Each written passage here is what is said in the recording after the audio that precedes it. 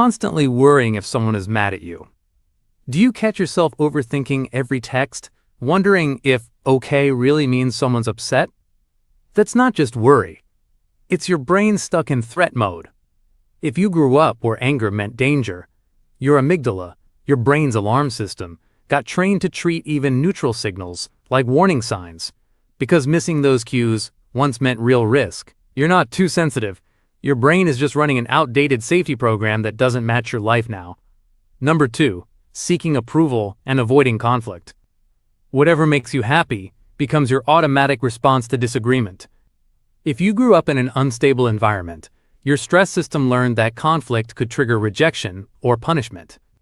The fawn response, surviving by pleasing others, became your go-to strategy.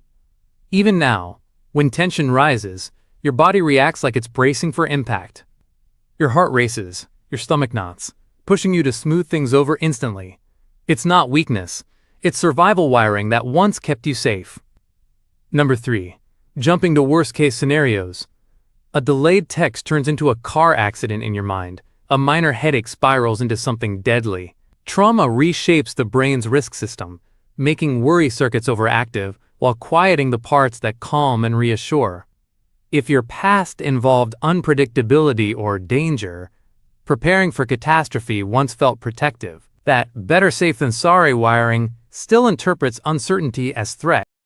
Came up of an age whenever we had woods porn, goddammit. You know, you have woods porn, Bob? Yeah. Yeah. Yes, we had woods. I remember woods porn. Yes. Woods porn is the thing for you younger folks. That's the thing where you would just find a box of some porno magazines or something in the woods. And it's like apparently it was like experience. It's bygone time. It's not going to happen anymore, but it was a common experience among people of a certain age. It was porn socialism. There was community porn, you know, and stashed out in the woods, and everybody knew where it was. You could just go look at it whenever you wanted to. Yeah. So, you know, I mean, now you've got kids that are coming up and they only know internet porn. And and to be clear, woods porn was all made with consenting adults, at least all the stuff I ever saw.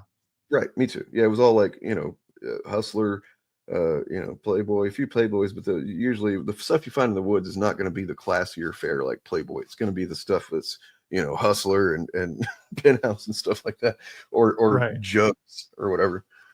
The before times were rough. The good old days. It was, look, it was rough, but it was also like, you know, it was a communal experience, man. If you had some friends that you, it was a rite of passage. But it's like, you know, it's like Stand By Me, how they, you know, found a dead body or whatever. It's like that, except it's porn. Mm-hmm.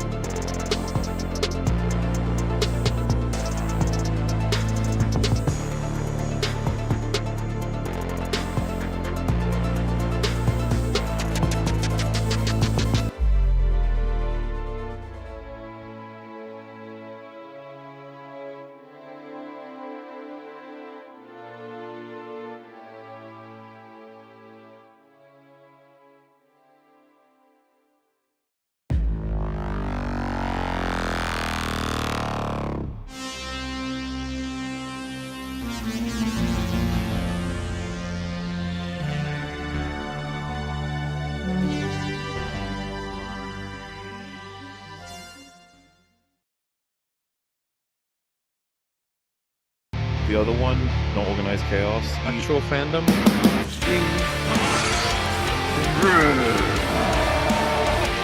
What a raw tough guy! You should delete your channel. Take it! The female version of Dick Grayson is Pussy Grey Dog.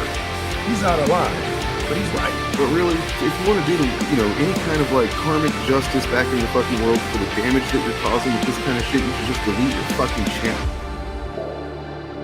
Okay? Drink it in. Yeah. Absorb it. Let it wash over you.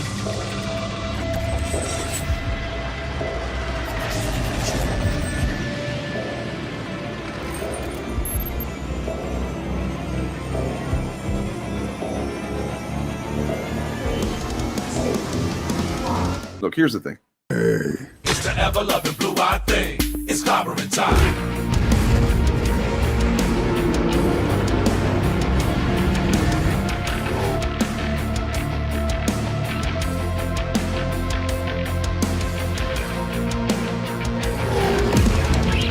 I vaguely know who actual fandom is.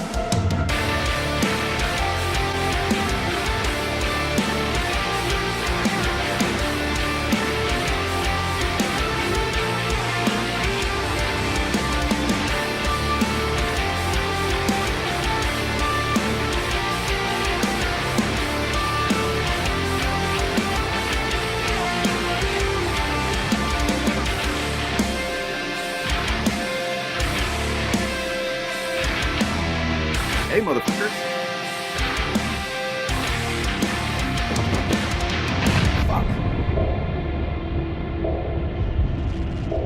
The journey that we choose as fans. You know, everything's just not always going to be great. And when it's great, you got to celebrate the hell out of it. But when it's not, you just move on to some other shit. It's like the easiest thing in the world.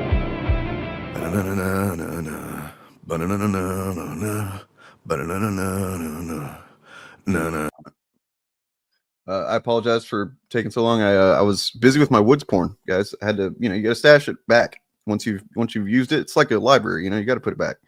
Once you've used the woods porn, and you can't like just leave your leavings on the porn. You can't fuck up the pages for the next person, all right? So you just got to make sure that all that's all taken care of and everything's in order there. Some of the friend involved in this whole thing might be a little bit more picky about like, alphabetical order for the magazines. That's kind of weird to me to be so like, just uptight about your woods porn, but you gotta give and take. That's how relationships work. Anyway, let's see how Bob's doing. How's it going with your woods porn, Bob?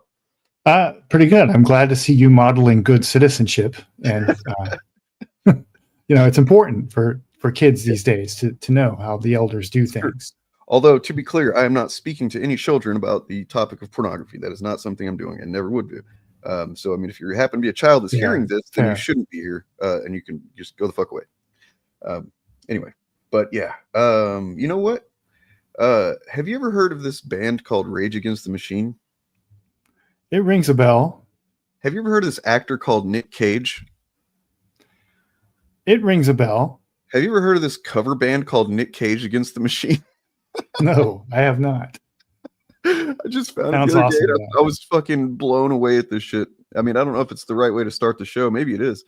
But yeah, it's a band that I don't know. Sometimes the YouTube algorithm is just like, I'm going to do something good for once, and it does. Well, there's a quick way to sort. I was going to say there's a quick way to sort out whether it's the right way to start the show. And that way is, does it involve Nick Cage? If the answer is yes. It does. Like several Nick Cages, actually. Address a couple of comments here. What's up, Albedo and Harrison? What's up? And then thank you, man. I appreciate that. That was something I just recorded today. I was like, you know what? That song was in my head because of everything going on with Trump and shit. And I was like, yeah, that's really kind of the perfect kind of vibe for this motherfucker, although he's going to be around for a while, most likely, in terms of being a real, any kind of power that's going to have like a lot of effect, I suppose. Then no, he's kind of donezo. It's going to be hopefully the longest lame duck session ever, Yeah. But yeah, it's a good song, Tool, Eulogy, from their 1996 album. Anima or Enema, some people say it differently. It's pretty cool. Anyway, as you see here up on the stage, you got several Nick Cages. You got there's Ghost Rider Nick Cage. There's, I think that's Raising Arizona Nick Cage on bass, or on guitar rather. That's Ghost Rider on bass, and then I can't quite tell who is on drums, but it's cool nonetheless. And then the vocalist is really the highlight of this whole thing. And to do Rage Against the Machine songs justice and still be in Nick Cage character the entire time is pretty fucking impressive, man.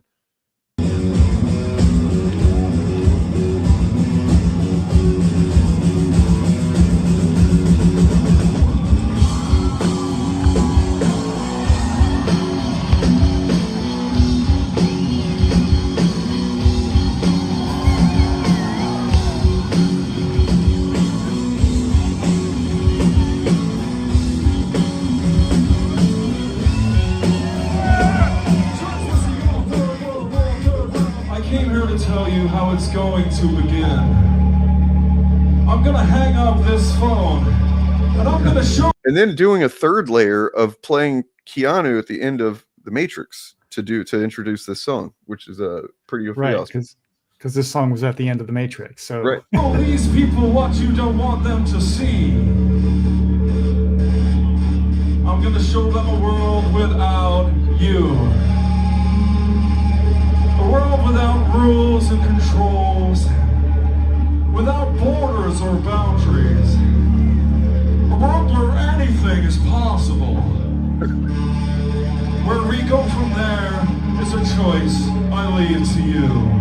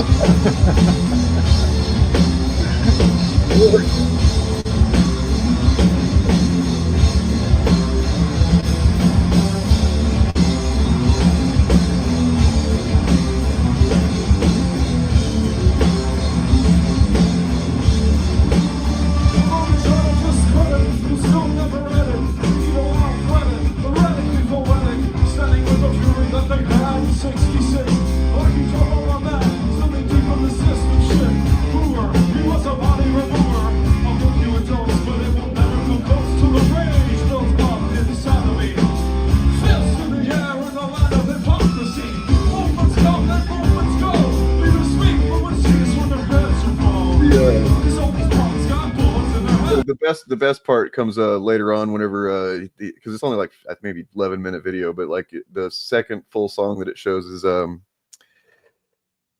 fuck, what is it? Oh, it's you know, they do you know, fuck you, I won't do what you tell me. That song. The song that everybody knows. And just the way he's saying, fuck you, I won't do what you tell me. Like, it's fucking amazing. So I'm looking at the drummer. The drummer has long hair, and I'm sitting here trying to remember all the roles in which Nick Cage had long hair. And the only one that's coming to mind is Con Air. Well, the beginning of Con Air, like or no, entirety of Con Air, he had long hair. Yeah. Yeah. So that doesn't look like a Con Air outfit, though. So I don't know. Well, it depends. What's he wearing? Can you tell? That just looks like the drummer's actual hair, man. Yeah, like I'm not even sure that's number one. I'm not sure I don't know if he's what their gender is. Yeah. Okay, I don't know if they're doing a Nick Cage, so that kind of sucks. So, you know, points docked from that. But yeah, it is wild. It's awesome. It's amazing. How's everybody doing tonight? How's your week been? Mine's been pretty good, and I bet yours has been, you know, relatively the same, at least in terms of things that otherwise previously have not been going well. Kind of, they took a little bit of a turn. Am I going to go ahead and did they ever? Most people? Because look at this shit, man. Like the degree to which Mom Daddy has Riz it's heretofore unprecedented, unmeasured. I dare say it's of the supernatural. Like it's supernatural. I think it's magical almost. He's a sorcerer. I don't want to believe that this is like AI or something, but affirming that you think President Trump is a fascist? I've spoken about. That's okay. You can just say yes. Okay. All right. Okay. Yeah. It's easier. It's easier than explaining it. I don't mind. Oh my God. Like, that's just one moment of it, but it's such a telling moment. Like, just this. Oh. Look at his fucking face. He's so happy about this. Trump, Mamdani, I'm sure he's not happy at all. Like, I feel like Zohran has he's developed a pretty strong sense of, or a pretty strong front for being around people he doesn't fucking like. You know what I mean? The amount of hate that he had for Cuomo was, you know, just in context and over a period of time, you can tell that this motherfucker did not like Cuomo. but he could still like look him in the face and speak with a relatively, you know, kind tone and smile and stuff like that. So, you know, that's politicians got to do that shit. But did you watch this entire press conference? I've not watched the entire thing. Is it something? I mean, I'm sure it's something to behold, right? It is magical to behold, because there's not once does Zohran compliment Trump at all. He never once says an actual nice thing about Trump. And Trump is just glazing him the whole time. He affirms that he thinks he's a fascist right here. You know, like and Mamdani says yes, right? Yes, that's what I'm saying. He's like, he says you don't have to say it, and then he's like, but he still looks and goes, yes. I've spoken about. That's okay. You can just say yes. Okay. That's easy. Yeah. So here's Mamdani standing at the Resolute desk, and Trump sitting in the Resolute cuck chair. And no shit, I've never seen a president. Stephen Miller's brain is on fire. I've never seen a president more cucked behind the Resolute desk than this guy. There's, you know, this is the Superman energy version of that one time that Musk was in there with his kid, wiping boogers all over it. You know what I mean? So like that was the dark side energy version. This is the Superman energy version. Yeah, and somewhere Stephen Miller's brain is melting. Somewhere, like not even 5 feet away. Not even 5 feet away. Jack Posobiec's fucking brain has got to be on fire, dude. Like, holy shit. Posobiec, this is everything that he's worked to prevent from happening. He never wanted a Muslim man or a socialist near the fucking Resolute desk.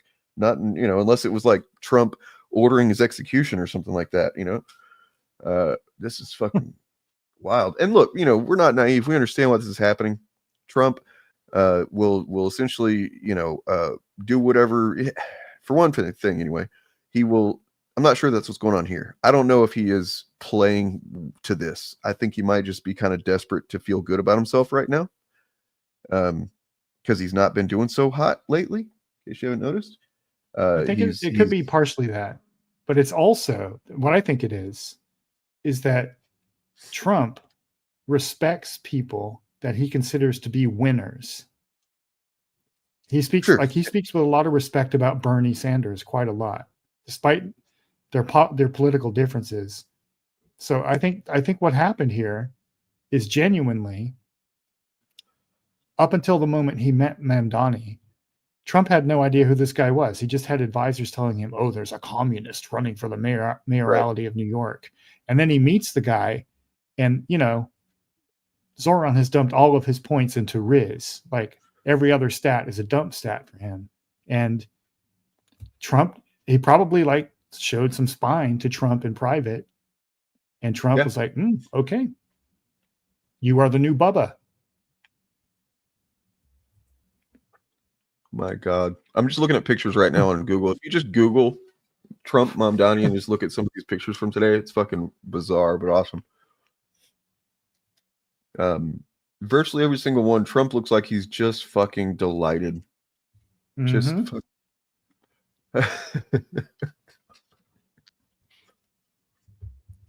yes, and somewhere also, Schumer and Jeffries are crying as well. Because what Zohran just did right here is what Schumer has spent his entire career trying to achieve, which is getting on the good side, on the happy side, on the friendly side of the Baileys, like the conservative suburban Republicans that he thinks are going to win him the election. And Zohran did it by doing the exact opposite of everything Schumer has been doing. Look at this. This is beautiful and weird at the same time. It's the most appealing image of Trump I've ever seen. That's for sure. Yeah. He looks so happy to meet this guy. It's incredible. But I wonder what Morgan thinks about it.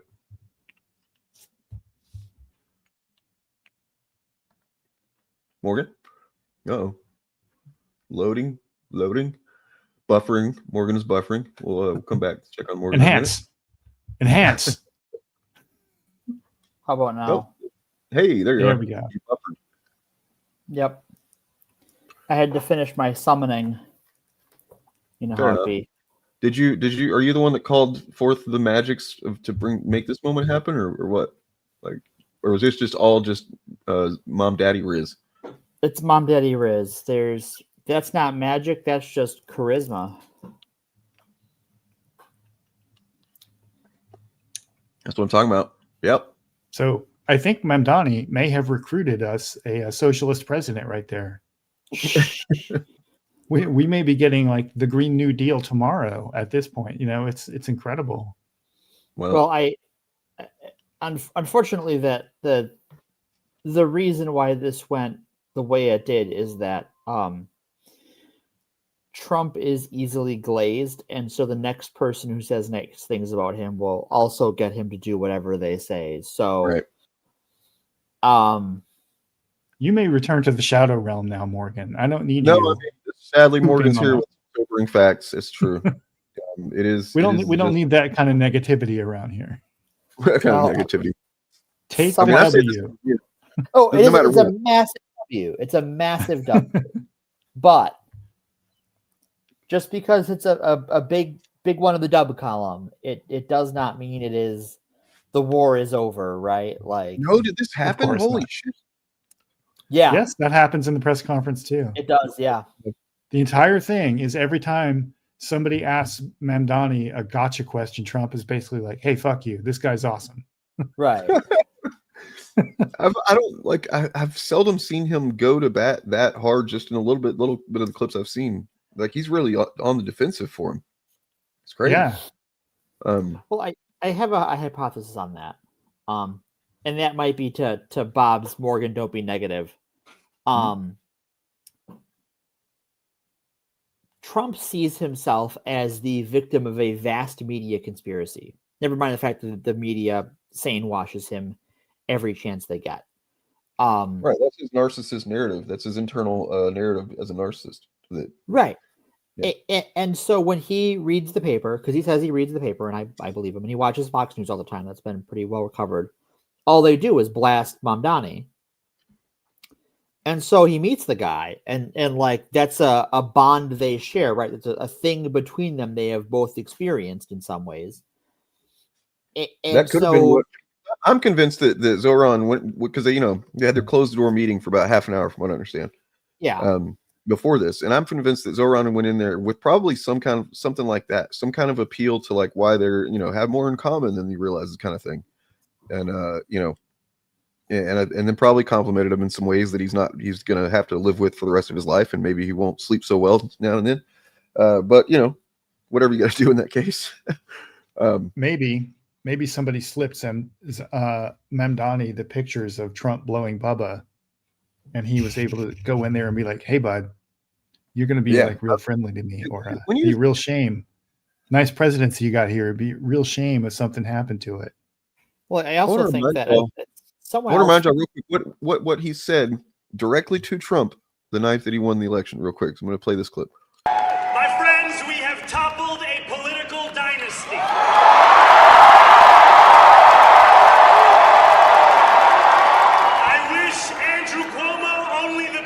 Private life. But let tonight be the final time I utter his name. As we turn the page on a politics that abandons the many and answers only to the few. Here, we believe in standing up for those we love. Whether you are an immigrant. You know what? Let me find that and upload it the other way, because I can't actually fast forward through the part. Anyway, go ahead. I'm sorry, Morgan, I interrupted you. So I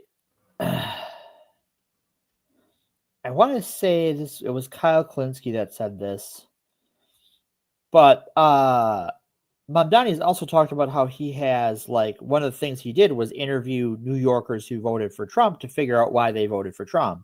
Yeah. And I wonder if that was like a he cares about my voters thing too, because he does seem to talk about his voter. Trump seems to talk about his voters as if they're a possession. Trump talks about people like they're possessions. So I wonder if in some ways that like Mamdani speaks his language, doesn't share the views, but like speaks fluent politician and speaks fluent New Yorker.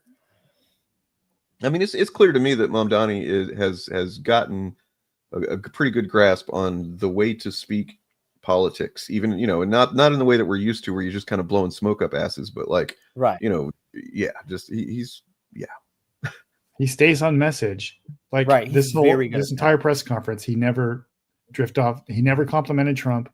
He never drifted off message. Not once. He let Trump glaze him. Mm-hmm. Yep. Somebody in chat, I don't know who it was, somebody in chat pointed out that Mamdani called Trump and got the meeting, not the other way around. Right. Yeah. That's great. Here we go. So now I've got this video. I can actually get to the part that matters here. Yay. We will usher in a generation of new course. Rather than fleeing from it, we can respond to oligarchy and authoritarianism with the strength it fears, not the appeasement it craves.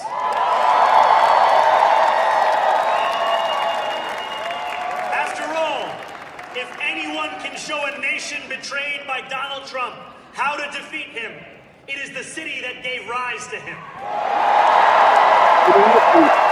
I shouldn't be too surprised, because think back to the first regime and him and Kim Jong-un's you know, little battle of words for a while.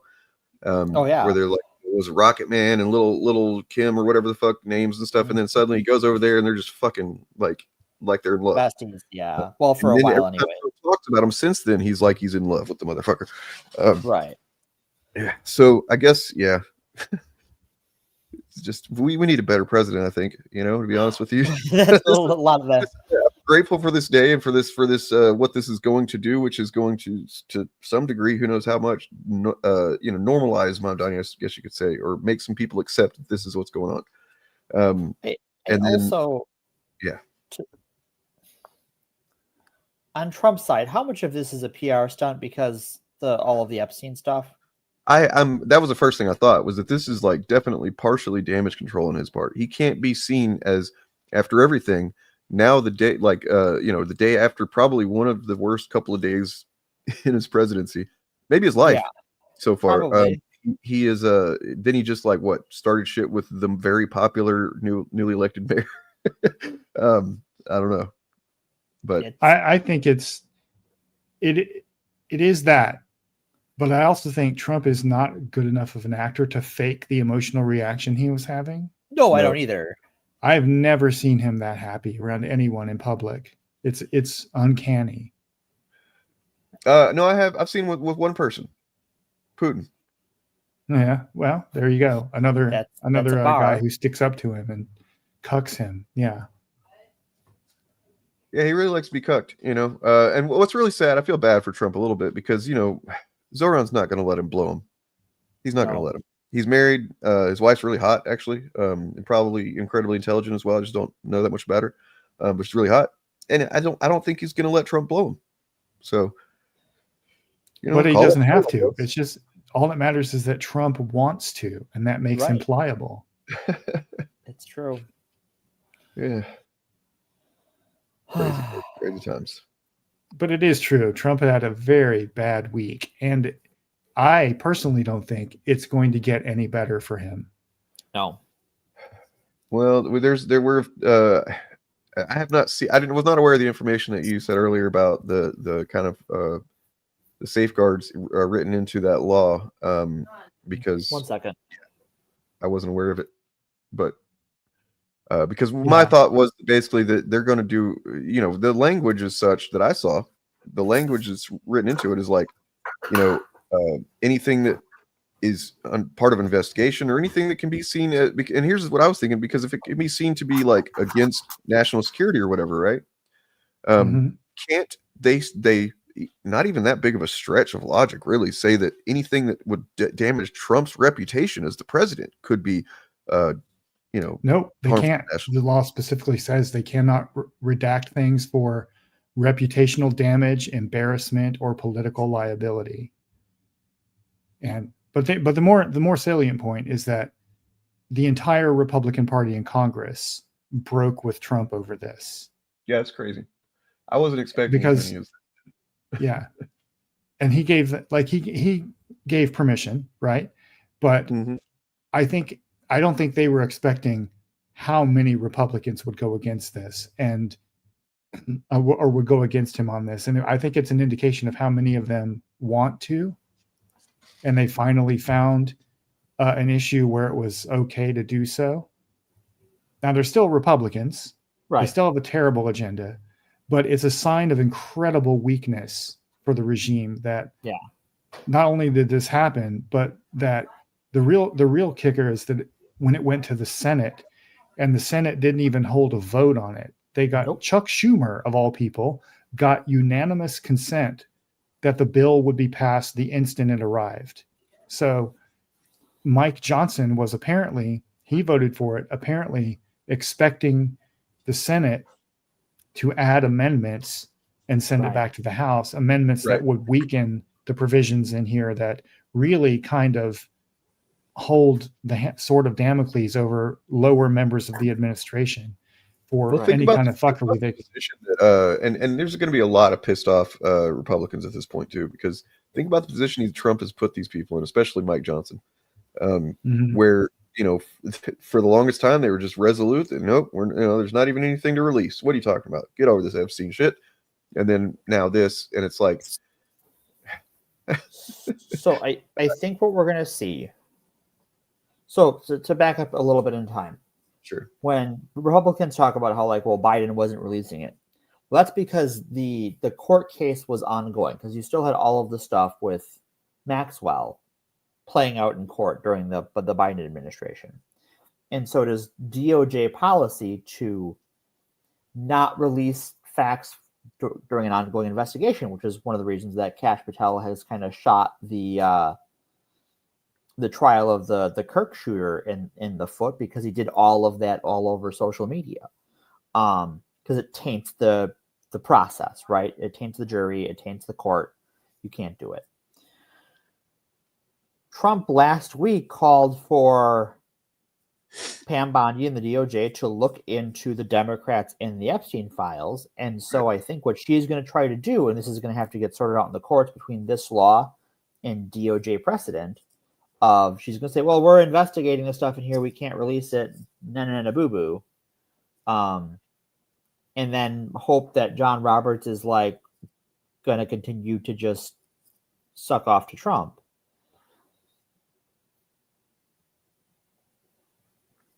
Yeah. But here's the thing.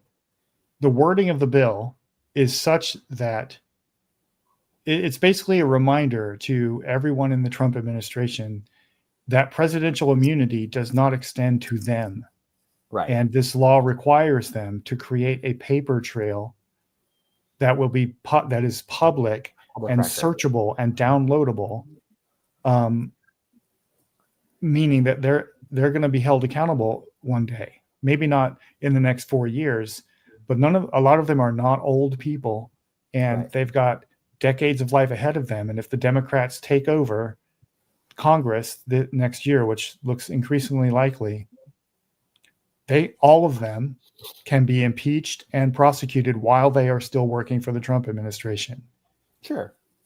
And this bill, one of the things it says, for instance, is that anything that gets redacted has to, when the redaction is made, the Attorney General has to provide a written summary of what was redacted, why it was redacted, who redacted it, on what date, and that is going to be published in the Federal Register, which is a public record available to every American citizen that's published, I think, daily. So they can't just now they may try to do this, but they can't under the law just redact entire paragraphs of things and not explain why or what's in it. And if they tried to do that, they are facing prosecution somewhere down the line, because this is now federal law. Sure. I mean, yeah, but it says all that. Sure. I mean, I'm taking your word for that anyway. But they definitely thought they have something that they are gonna try. They wouldn't have Trump wouldn't have just turned around like that and said, yeah, go ahead and let's release them. Like they figured something out that they think is a brilliant move. Right. Sure. They have a plan, and it's really, I think it's just the regime holding out that Roberts will go to bat for him again, as he is wont to do. No, I don't think that's it at all. I think they may have a plan, for sure, but they basically understood they could not win this fight. Right. So they pretended, as politicians do, they pretended to be in favor of it the whole time. Right. And whatever plan they've got in place is not taking into account the fact that they don't have the only copies of these files. Right. Other governments have them. The House committee probably has them. Yeah. There are lawyers all over the place that have copies of these things at the state and local level. There are private citizens who have them, and other billionaires who are kind of sick of this shit who probably have them. So if anything, they try any fuckery, the leaks will start. Right. And the whistles will start getting blown. I wanted to address a couple of these comments. So why is she the only defendant? And then, wait, where's it? This one. Well, because one of them's dead. Yeah, that's part of it. You know, half of the most guilty parties, at least in terms of what seems to be the trafficking ring, the ones that were kind of at the center of it, half of them are gone. Now there's a question there that kind of becomes more of a, it's something I've thought about since it happened. Every once in a while I'll just feel like, man, I don't think Trump, they would have done that. Like, you know what I mean? Like, I don't think Trump is just going to go kill the guy, have him killed in fucking prison. That's kind of crazy, right? But as time goes on, especially now, I start to kind of give it a little bit more weight. I'm not entertaining it for too long, because I'm not going to sit here and just start spinning out on conspiracy theory like that. But, evidence will convince me pretty easily. So if you look at the emails we have from him, and I think the Rebecca Watson video from a couple days ago was a good indicator of how this network worked in a lot of ways. You have a ring and spoke system, wherein you have Maxwell and Epstein in the middle, and then he is connected to all of these people, and she's connected to all these people. There's not an ongoing conspiracy. It's an ad hoc system wherein he runs the show and trades favors and women and girls across this network, but there's not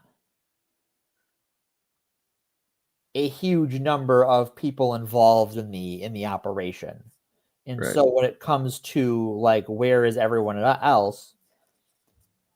Well, their crimes are harder to prove, and they're a smaller number. And because here's the thing, there's definitely going to be some people that benefited and took part in this ring that will never see justice ever. Right.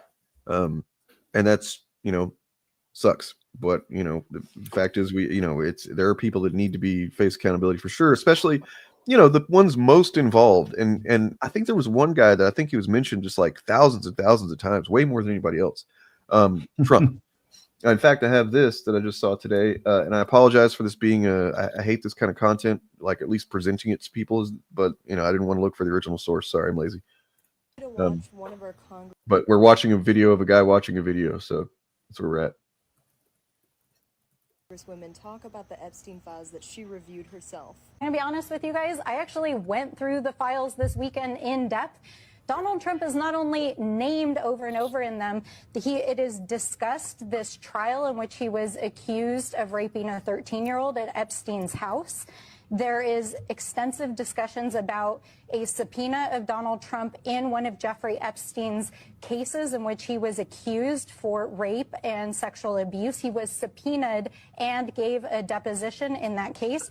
There is extensive discussion between Donald Trump, Ghislaine Maxwell, and Mr. Wolf about not only Trump coming to his house, but Epstein says in these emails that he has photographs of Trump with girls. And don't forget that Trump had the ability to release these files at any time because he was court subpoenaed to do so way before the vote happened. He simply refused to do so. He's even been asked by multiple reporters why he has not released them himself, and he has deflected every time, refusing to answer. And in the Epstein Transparency Act, we can see that there's 2 clauses allowing Pam Bondi to redact information that may jeopardize the U.S.'s homeland security or that may jeopardize any open investigation, which, if you don't remember, Trump did reopen an investigation against Democrats specifically right before the vote took place. We will likely not be receiving these unredacted, unedited files while Trump is still in office. Impeach this motherfucker. So yeah, I kind of I'm right there a little bit too. You know, it's I don't know. I don't know what to. I mean, so I think when we're talking about mainstream media, who are you talking about for one thing, and then also, if there's not any movement on a story, the news isn't just going to talk about it. Like, hey, remember we talked about this? We're going to talk about it again, even though there's no no change in the story or anything. Epstein's still dead. Maxwell's in prison. Yep, we're just kind of waiting to see what happens with her going to prison, or whatever. Like, it's and then Trump gets into office. The one who, anyway, sorry, fucking spinning out on it. To sort of bridge the gap here. Now we've talked a lot about the legal and political maneuvering about what might happen as a response to this bill and who will ultimately be liable for releasing information and whose livelihood could be on the line. From a public perspective standpoint, because people aren't going to read the bill, right? That's just not how people are. Reading bills is boring. I've done it. They're all dry reads. Yeah, it's worse than your Not cell this phone. one. This one is still a dry read. Like, Yeah. it's more exciting than most bills, but Return of the King, it is not. Yeah, I agree with that. More Two Towers, I get it. Yeah, true. Sorry, it's just true. That's the American legislation system of Tolkien novels. Okay, I'm gonna stop. No, but I think in the mind of the people who are not going to read this bill, because that's not how people work, the Congress, save for one person, unanimously voted to have these files released, and the president signed off on it. Imagine being that asshole, by the way. Oh God, Groomer. Yeah, groomer. So, if nothing comes out, if there's nothing to show for it, if it's a pile of redactions, the public will be like, the federal government has gone back on its word. And who controls the federal government? It's Republicans, right? Right. And I think There that they will be held responsible no matter what the law says, no matter how it shakes out in courts, that like at the end of the day, they voted for it and they signed it into law. And people will expect something of that. Yeah, there is no play here that does not fuel conspiracy theories against Trump. Right. There isn't one. And that undermines his power. Right. Well, I think they're so used to having the conspiracy theories benefit them, right? Like that's the history of American conservatism. Yeah. Is that conspiracies just fuel their fire. Yeah. For me, the important thing here is how spooked and pissed Mike Johnson was that the Senate did not amend the bill. That is important. Yep. Because the bill really does make it next to impossible over the span of the next several years to cover all of this up. The law requires everything they have to be released. Right. And redactions will be temporary. They have to be extremely constrained, and they have to be delivered with a written explanation of what was redacted. Right. That will be public record. And if they don't do it, they are breaking the law. So they can be impeached while they're employed, or they can be prosecuted after the Trump presidency is over. Well, if they're, depending on what role they are in the government, they can be prosecuted while they hold that position. Yeah. And they all know it. Yeah. This bill is a reminder to them. It's a shot across the bow that the, like I said before, the immunity from prosecution for official duties that is accrued to the president does not extend to them. Right. Does not. J.D. Vance doesn't have it. None of the cabinet has it. None of the bureaucrats have it. And they've all just been reminded of that. Well, let's talk about one of the other kind of things branching off of this a little bit that has made Trump's week a little bit shitty, and also showed us how kind of impotent he already is. Because I think before all of this kind of broke open the way that it has lately, he could have gotten away with this without the kind of pushback that he got. But I'm Senator Alyssa Slotkin. Senator Mark Kelly. Representative Chris Deluzio. Congresswoman Maggie Goodlander. Representative Chrissy Houlihan. Congressman Jason Crow. I was a captain in the United States Navy. Former CIA officer. Former Navy. Former paratrooper and Army Ranger. Former intelligence officer. Former Air Force. We want to speak directly to members of the military and the intelligence community who take risks each day to keep Americans safe. We know you are under enormous stress and pressure right now. Americans trust their military. But that trust is at risk. This administration is pitting our uniformed military and intelligence community professionals against American citizens. Like us. You all swore an oath to protect and defend this Constitution. Right now, the threats to our Constitution aren't just coming from abroad, but from right here at home. Our laws are clear. You can refuse illegal orders.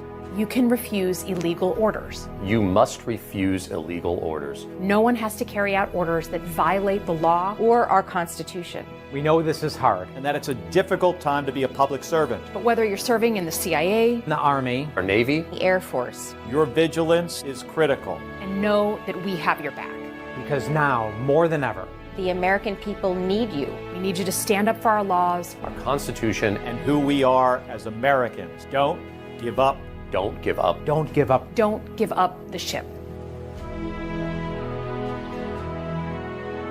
So this was what spurred Trump to call for their deaths, their executions of these people. And which is not a good look, and because they're essentially saying, wait, you're telling these people that they don't have to break the law if they're ordered to break the law? I want you dead. But like I said, before, a couple months ago, I think he probably could have said that, and it wouldn't have been, as I don't know, much pushback. No way to know, just a vibe. What do y'all think? Has there been pushback? Yeah, he actually the White House officially came out yesterday and said that he didn't say that. Of course, they're not saying that he's sorry for saying it or anything. They're just like, no, right, yeah, it's the classic. He doesn't want to call for the death of any Democrats. He's not doing that. Even though he clearly did, like he did. And Stephen Miller went on an unhinged rant about this on I forget, probably Fox News. I forget which one of the right-wing channels it was. But yeah, he just melted down over this. It was hilarious. Oh, there's more. So this is Elena Slotkin. Alyssa Slotkin. At first I was like, man, she's kind of impressive. Then I was like, oh, she's former CIA. Don't trust. There's been a lot of controversy. A lot of people got upset about the video. And let me just say, they are trying to wield fear to get us to stop talking about this issue. They don't want to be talking about the deployment of the military in our streets, the deployment of federal law enforcement. Oh, wait, she was the one that was on Colbert not too long ago, right? Yeah. Yeah. Yeah. She voted, so she's a Democrat, allegedly, and she voted with Trump, the Trump administration, I think 90% of the time. Jesus. So she's not a great Democrat. No, it's a low bar. Well, you know who is a good Democrat, even though he's not a Democrat? Thomas Massey, right? Like, or at least in this one example, what was that quote? Let me find that. You posted it earlier, Bob. It's like, holy shit, that's fucking. You just don't expect to hear even a Democrat to say something like this.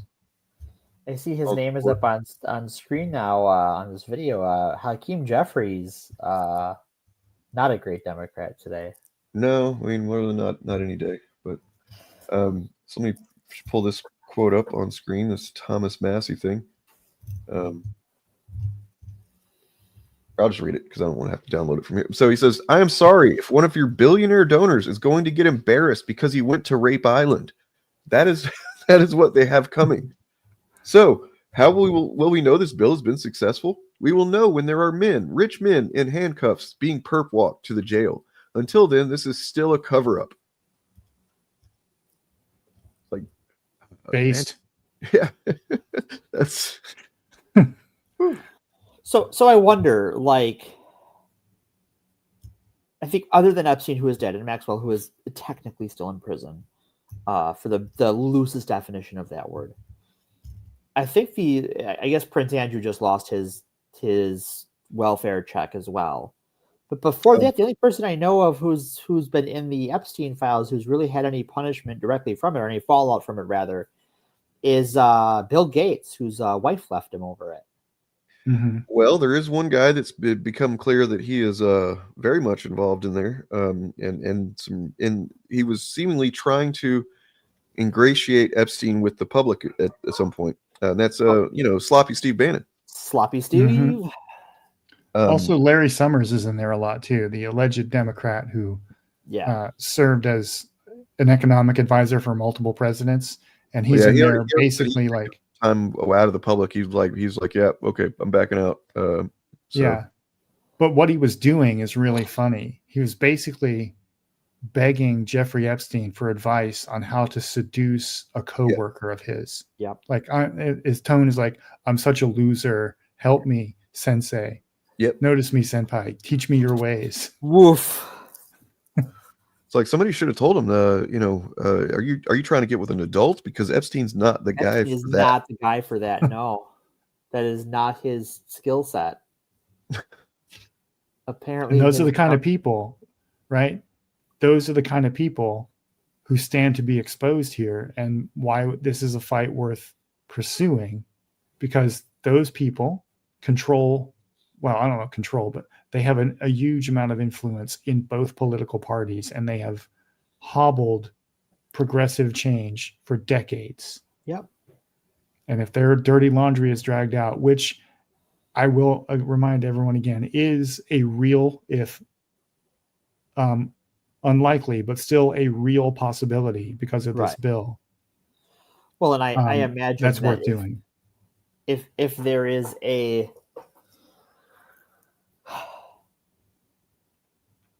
releasing the document in such a way that, like, there are rich people that the administration doesn't like, and if they're on the list, I'm sure they're happy to throw those people to the wolves first.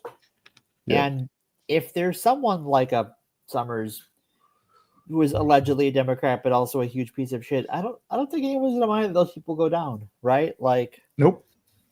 Yeah, that's my point. That's like the difference between, this has sort of been the whole Epstein saga is Republicans will say that, like, oh, well, what if Bill Clinton goes down, and Democrats are like, please, thank you. Yes, that'd be great. Yes.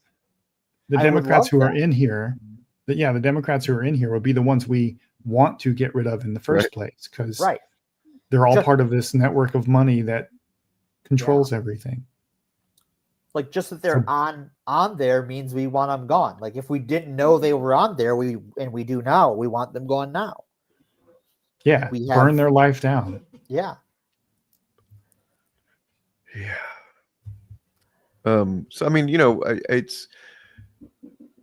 I really hope we get to the point where it matters in the grand scheme of things, like where there's tangible, obvious shift in not having fascists anymore. Like, I'm hoping that this, even if in the worst case scenario, which I guess would be Trump there's no consequences for Trump after, like, no legal consequences or anything. I hope that it has damaged the confidence that the base has had in him. Even if they don't realize it, even if they're not consciously, like, oh man, I don't know what's going on. Like, I think it has to have some subconscious effect on some people, right? Like, where they just can't get hyped for him anymore. You know what I mean? Just doesn't feel the same. I don't know. This has got to be the weirdest month to be a mega person. Very confusing. Like, very confusing, right? Like, you have, between the government shutdown, impacting a lot of people in red states, a lot of people who are identify as MAGA are on these programs that were cut. There's all sorts of interviews all over the place about that. Also benefiting from the ACA and seeing those cut. And so, like, they're hearing about how prosperous America is from the president, and they're seeing all of their life turn to ash. You have half the Republican Party propping up a twink neo-Nazi, and the other half getting behind Ted Cruz. And then you have, Marjorie Taylor Greene pushing the Epstein stuff, the Trump administration pushing back against the Epstein stuff. And then he basically endorses a socialist for mayor of New York. It's a weird month for these people, and they just have to be. The only person who probably has it worse is Chuck Schumer, to be honest. Yeah, if this were a West Wing episode, I would have notes. This is not believable writing at all. It really is not. Like, that's what I was thinking too. Is that what if let's say it comes out and we see all of the worst shit that we've probably imagined to some degree Trump has been involved in, and it's so bad that like it's MAGA has just the base just has a really easy time dismissing it because they're like, that's fucking made up, which they're gonna probably do that anyway. But I mean, some of them will, yeah. Yeah. Well, So go ahead. That's an important point. Like, Trump's white evangelical base will not turn on him as a population. Like, there will be some who shave off, but they're if you feel it is he's no longer politically advantageous to them, they might. No, I don't think the voters will. They come from a culture where this kind of thing is normal, and you don't touch God's anointed. So I want to push back on this. Okay. Because they will move to the right of him, right?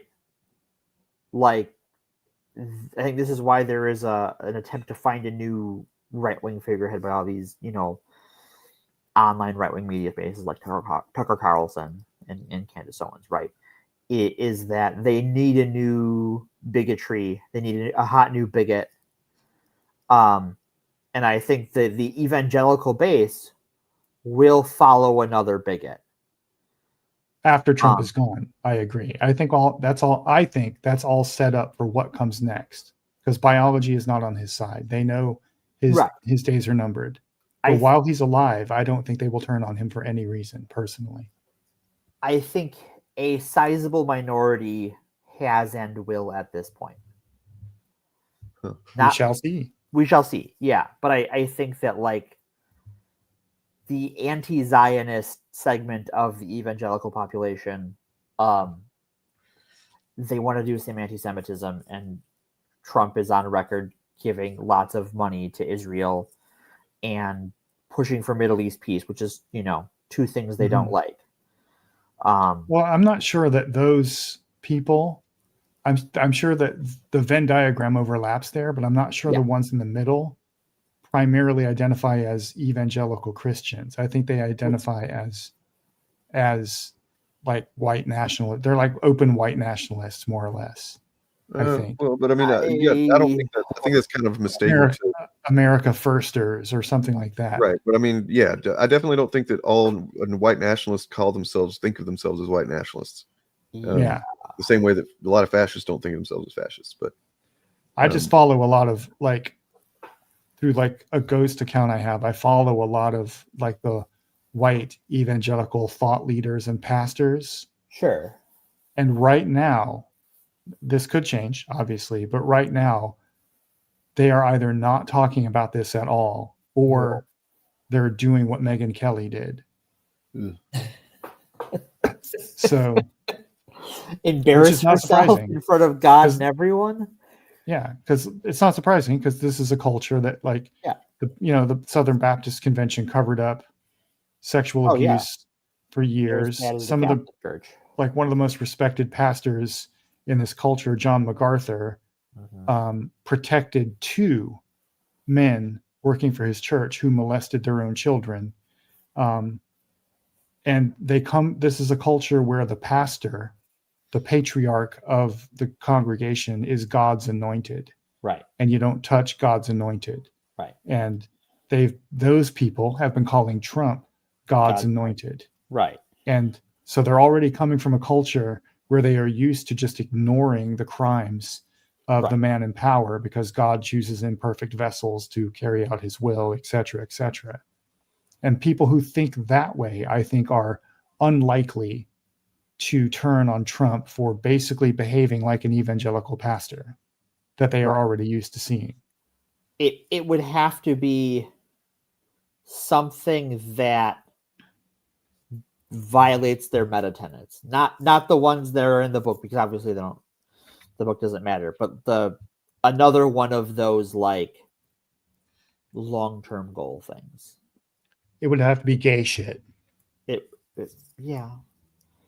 But I think that for a lot of these, maybe then a lot of them maybe wouldn't turn on him then, but I think more of them would. I think that yeah, it's crazy, and I think that really highlights the just fundamental flaw of conservatism.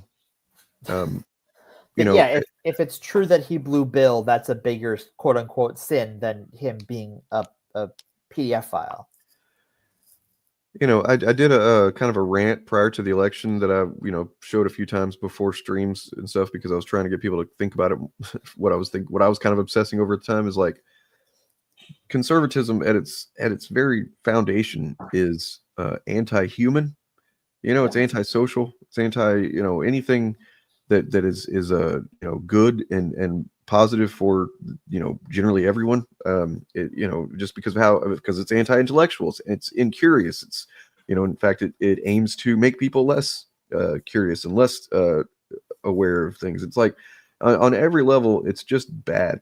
And I think that this is another shining example of why that is, because if you end up in a position where you're thinking, oh, thank God he didn't, it's not real that he blew Bill Clinton. Thank God, it's like somebody's like, well, but he fucked kids. It's like, well, nobody's perfect, right? Like if that's your position, well, something has gone really wrong.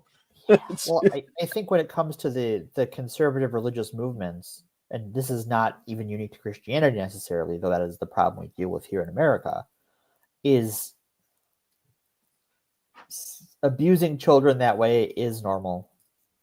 Yeah. It's not. It is, right. The problem they have with the Epstein files was never that it was abusing children, trafficking children. It was that it was rich people, and rich people are coded a certain way in those sectors, because there's rich, and then there's those who have received God's blessings of wealth, and those are different things. Yeah. Well, so just to be, some of you might also have know somebody, or maybe hopefully it's not you, but a little bit of a content warning here, I guess, trigger warning, essentially.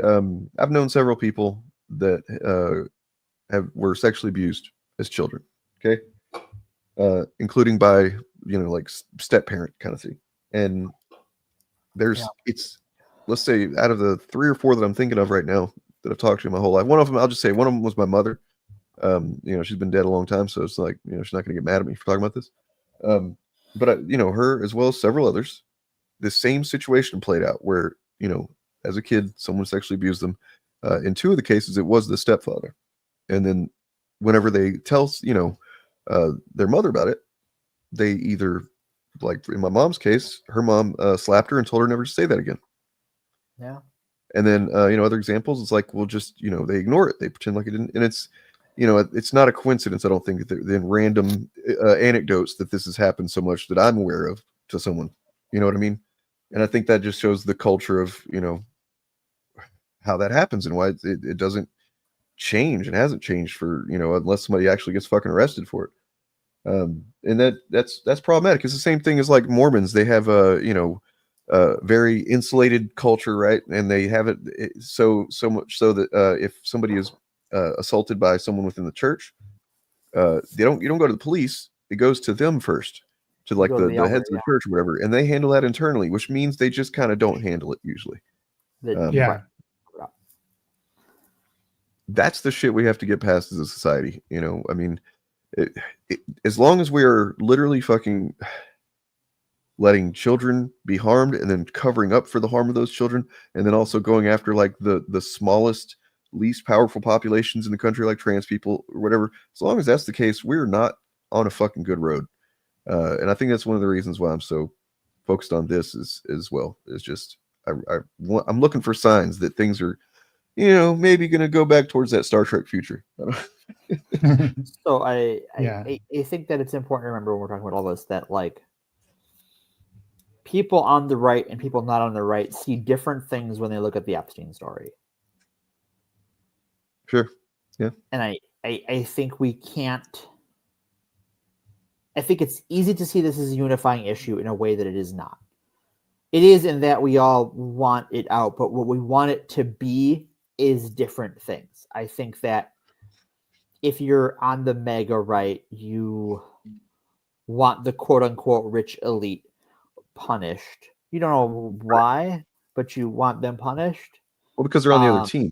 Because they're on the other team, even though they're not really on the other team. They're bad. And yeah, well, I mean, that's the thing is they're just, for a lot of the MAGA base, they're just a kind of faceless crowd of people that they get to blame, along with the black people and the brown people and the trans people, for why their lives suck.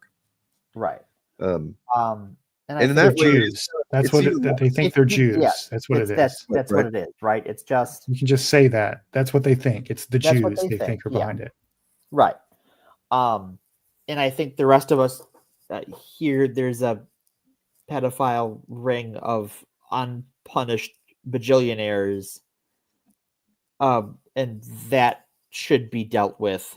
And we don't really care who's in the club, just that if you're in the club, something should be done to take care of that problem. So it's one of those things that I feel like I've just been a downer this whole stream. No, that's all right. Yes. Look, here, we'll do this just real quick. I haven't watched this yet, but I downloaded it. A number of times about it on the campaign was shifting the tax burden for property taxes from what he called minority communities to white-based communities and putting more taxes on white people. I also noticed that in your acceptance speech you didn't mention anything about America or Christian or white people in general, and so I didn't know if that was one of the... That's fucking amazing. He's just he's shitting and pissing and vomiting internally right now, just like he's he's so out of sorts. Sorry. Let me inject some more hopium into this conversation. We don't need the Epstein files to be a unifying issue. We outnumber MAGA. True. They are a minority. What they think and what they want it to be no longer matters. Right. Well, I mean, what they want it to be, it cannot be anymore at this point, because they expected it to be the fruition of the QAnon meta narrative, right? Mm-hmm. Like, this is going to be when the white hats win over the black hats. All the crumbs we've been baking all these years, right? The Q's been dropping for us, and they've baked all the crumbs, and they figured out who all of the it's Tom Hanks and it's so on and so forth, and then then suddenly like, wait, what do you mean? What do you mean Trump's name is in there a whole lot? What is that? What? You know what I mean? Right. He was working undercover. But, right. Yeah. Right. Really deep cover. QAnon became like the Borg of conspiracy theories. It just assimilated all of the other anti-Semitic conspiracy theories into it. It was the conspiracy, right? It was the because it was always meant to distract, and then maybe in extreme examples, radicalized to violence. Yeah. And which it did. Yeah. It ruined lives. There could be an accounting of this one day where they talk about, I'm sure there's some numbers somewhere, but like the number of families that have been just completely shattered by QAnon, much less MAGA. But anyway, and I mean, just in terms of J6ers, right? How many people lost a family member to going insane over J6? And then how many of those people who went to jail over it and got pardoned have gone out and gotten out of jail only to go on to commit more crimes, right? Like, this has been a hugely disastrous movement for America, and they find new ways to prove it every day. Yeah. And for the rest of us, go ahead. The Epstein thing for the rest of us can be the tip of the spear that finally drags all of these ghouls at the in the tech bro billionaire class out into the light of day, Yeah. And whether they get prosecuted or sent to jail or not, we can make them our bitch publicly, like we did to O.J. Simpson. Like they will never be able to show their face in public again without someone walking up and going, "Hey, how's it feel to be a pedophile?" Right. That we can make that happen to a much bigger degree than it happens now, and that will have very positive political consequences for the things the progressive movement wants to accomplish. Because once these people become too embarrassed to do anything, then we have effectively gotten them out of our way. Yeah. Yeah. I will say that the vote we did. Sorry. Okay. So the vote being effectively unanimous, I think does say that Congress is willing to tell their donors to pound sand, because people on those files are donors to these politicians in both parties, right? And so the legislature said in a unified voice, "Fuck you, make me." Mm-hmm. And I think that might be the most positive outcome of this in some ways, is that like our elected politicians said, "You don't own us. We can tell you to pound sand, and we're going to today." It might not amount to anything, but they did it. Mm-hmm. And that means donors are going to look twice at their donations. I think for Republicans, for the Republicans in Congress, it had less to do with that and more to do with all of them are aware that Trump's days are numbered. Right. That, it's time to start talking about a post-Trump Republican Party. And they were all looking for an opportunity, whether they realized it consciously before this moment or not. All of them were looking for an opportunity to split from him, because they know he's going to be an increasing liability as he gets older and crazier and then dies. All right, so I'm gonna take a moment to kind of a palate cleanse here, and we're gonna get off of this topic for a bit. And in order to palate cleanse, what I'm gonna do is I'm just gonna go ahead and go back to Nick Cage Against the Machine.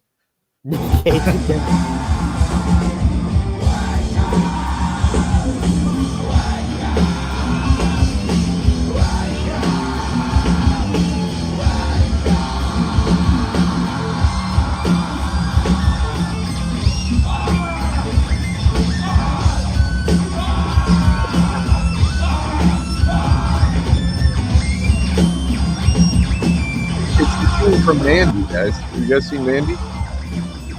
No. Yes. It's kind of mean, you know? Not wrong. It's what you read. It's what you sow.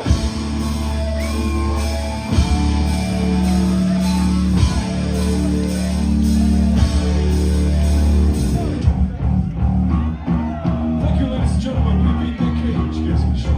We beat the Cage Against the Machine.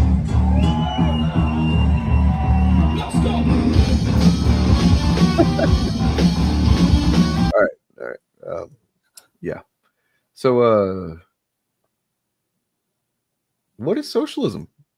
What if one guy named Hassan asked another guy named that question? To you, what is socialism?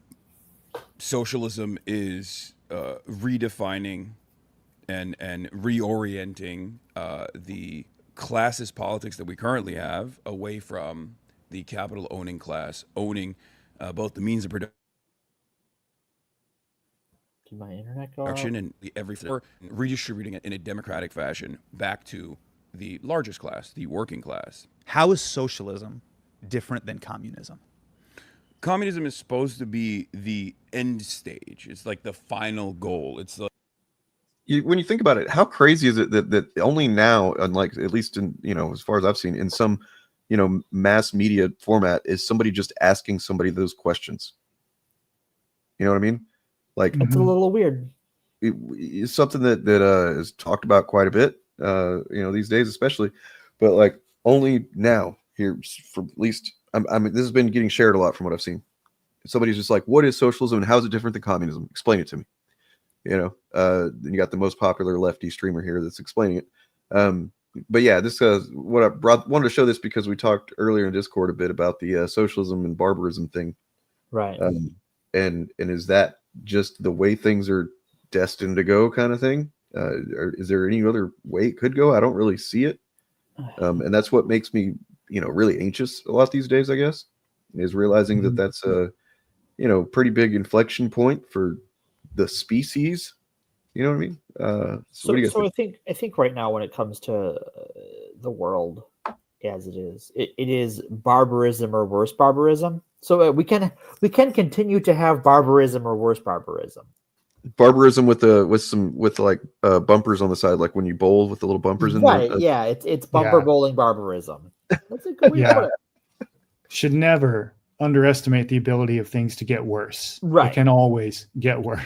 Always. And it has been worse than it is right now. Even like as nightmarish as it is for people right now, it has been worse. I mean, in a lot of places in the world, it still is worse, right? Like, yeah. I mean, for as shit as things are here, I don't want to be in Saudi Arabia. I don't want to be in England even. Yeah. Anyway, I think Hassan gave a pretty bad explanation there. I think I'm a little underwhelmed by it. I'm not gonna lie. Yeah. It was, it was a little bit. It seemed like it was a bit reading the definition that he learned as well as just words in there. Like it had no pizzazz. Doesn't have any political salience to the average people. Like I would have said, socialism is economic democracy. Yeah. If you at your job, you have a boss. That boss is your king. Right. And he shouldn't be. You should be able to have a say in the way your job is run, the way that you have a say in the way your government is run. That's a good point. And that speaks to the socialism barbarism thing too, because when you think about it, it really comes down to, what is the defining thing that makes people want to be conservative, it seems like. And that's just the almost like pathological need for hierarchy and to feel like somebody is better than somebody else, whether it's them or somebody that's over them or whatever. And like, you know what I mean? And so, I mean, that's the origin of the conservative movement is boy, we wish we had monarchy again. And I think, that, there's some people that just really struggle with the idea of, I don't know, sharing was like, it just comes off like the little kid that in kindergarten that hasn't been taught to share yet. So he gets mad whenever he has to share, but it's like, you guys are adults, get over that shit. Well, I think there's a lot that goes into it, right? Like, I don't think a person is a conservative for one reason. I also think that the average person who thinks they're conservative isn't. True. And just don't know it. Right. They seem to like both. It's weird how, you can see people express the idea that the government should do certain things for people, but also it shouldn't. I don't know. It's fucking just what it is, it's a function of propaganda, right? Is that like, and mass movements, right? And this is the thing that the MAGA movement did is it's an allegedly populist movement that is violently against the working class.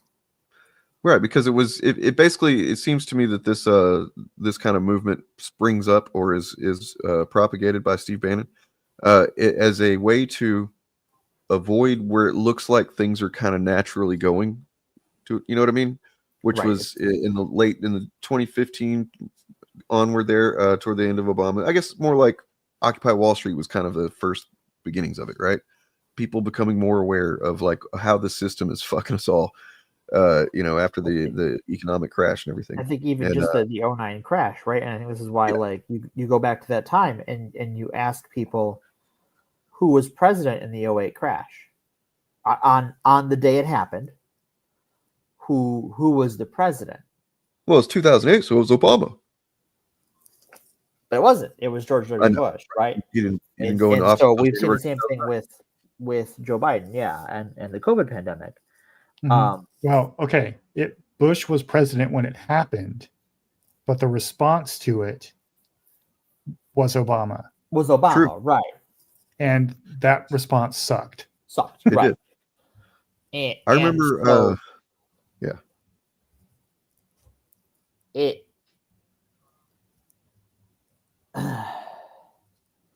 It makes sense historically that when essentially the entirety of the American economic and political establishment rat fucked us in 08 and 09.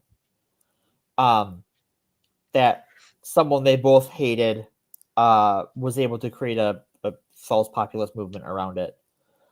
Unfortunately, that now controls the government, and it still hasn't done what it said it's going to do. And so now the scramble is on. Yeah. Because I think that even though Biden was president, and I think even though the Democrats did things in states they controlled, and a few things legislatively that weren't blocked by Manchin or Sinema or the courts, that in a lot of ways the Trump administration did not end the first time with him leaving office. Right. Because his political animus animated red state legislatures and governors to keep doing what he was doing. Yeah. Of this vindictive false populism, which is why you have like Governor Abbott putting razor wire in the Rio de Janeiro. Rio Grande, you mean? Yeah. Oh, Rio Grande, yeah. Rio Grande. Yeah, that's exactly, and you know, not to mention, you know, you had people like Marjorie Taylor Greene spring up on under Trump the first time, and she was still around, although it seems like she's not going to be after January. Yeah, if finally next year MTG will be a card game again. Well, I don't know. We'll see. As God intended, yes. As God. I imagine she's got some kind of capitalism. plans, but we'll see if they take off. Yeah. But I wanted to. Oh yeah, she has plans. See what she said here on CNN the other day, because it was kind of surprising, to be honest. Relationship between Georgia Congresswoman Marjorie Taylor Greene and President Donald Trump had been seen as close, going so far as some sources naming her as a shortlist candidate to be Trump's vice president for his second term in office. Now that partnership has been torn apart, though. On Saturday, Trump started testing out a new nickname for her, calling her Marjorie Taylor Brown, because green grass turns brown when it begins to rot, is what he tweeted. And then today on CNN, Greene fired back in the form of an apologetic answer to host Dana Bash. But we have seen these kinds of attacks or criticism from the president at other people. It's not new. And with respect, I haven't heard you speak out about it until it was directed at you. Dana, I think that's fair criticism, and I would That right like there, to I was like, say wait, what humbly. did she fucking say? That, you know what I mean? Yeah. She said what now? A Republican said that's fair criticism? Marjorie Taylor Greene said that?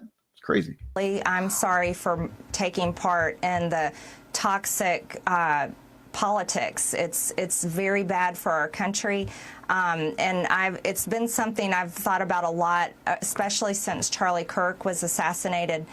Is that I'm only responsible for myself and my own words and actions, and I am committed, and I've been working on this a lot lately to put down.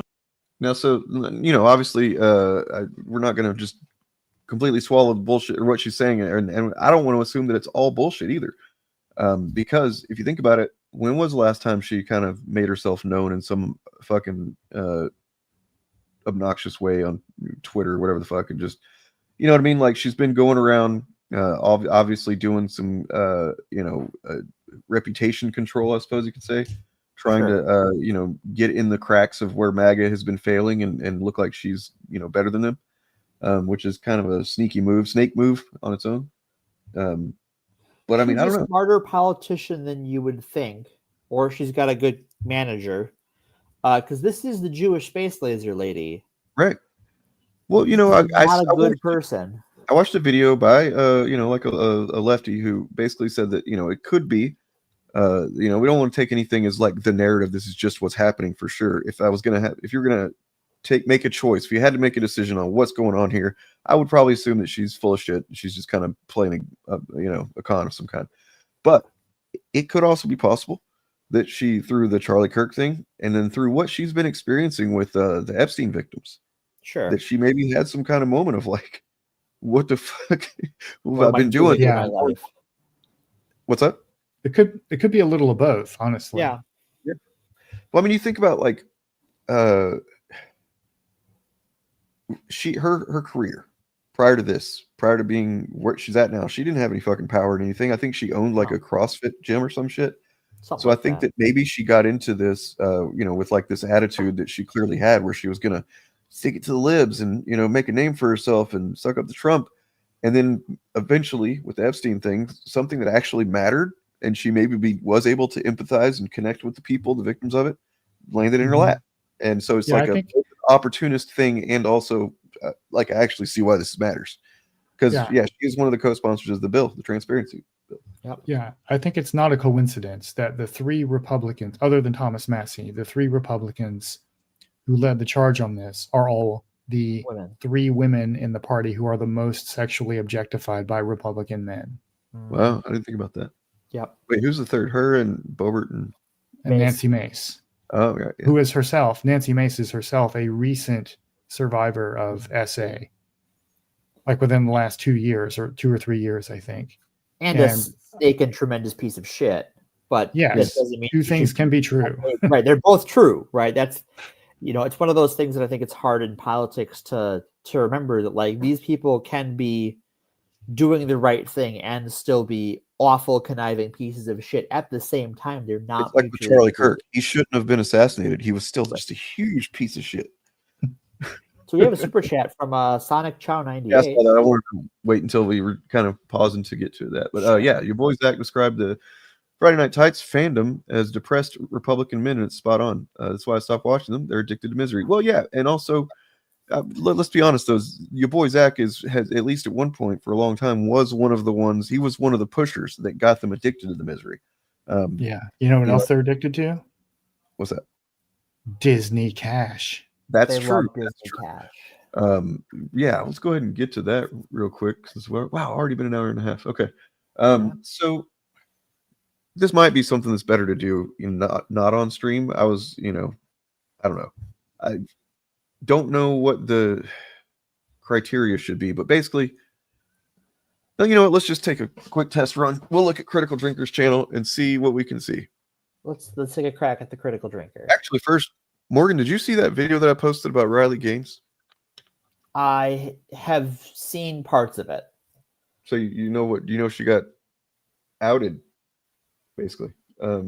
She's been exposed. Her grift is exposed. Yeah, that she's getting DeVos money for all this. Yeah, DeVos money. It's fucking crazy. And the people that, what were they called? The name that it's That Pablo organization. finds out. Yeah, he's one that did the investigation and found where the money comes from, and like essentially that. And this is just a perfect example of how the right, they do this all the time. So many figures that if it were not for right-wing money, as in like somebody swoops in, injects some money into them, and then they suddenly have the platform, and you're having to hear what they have to say.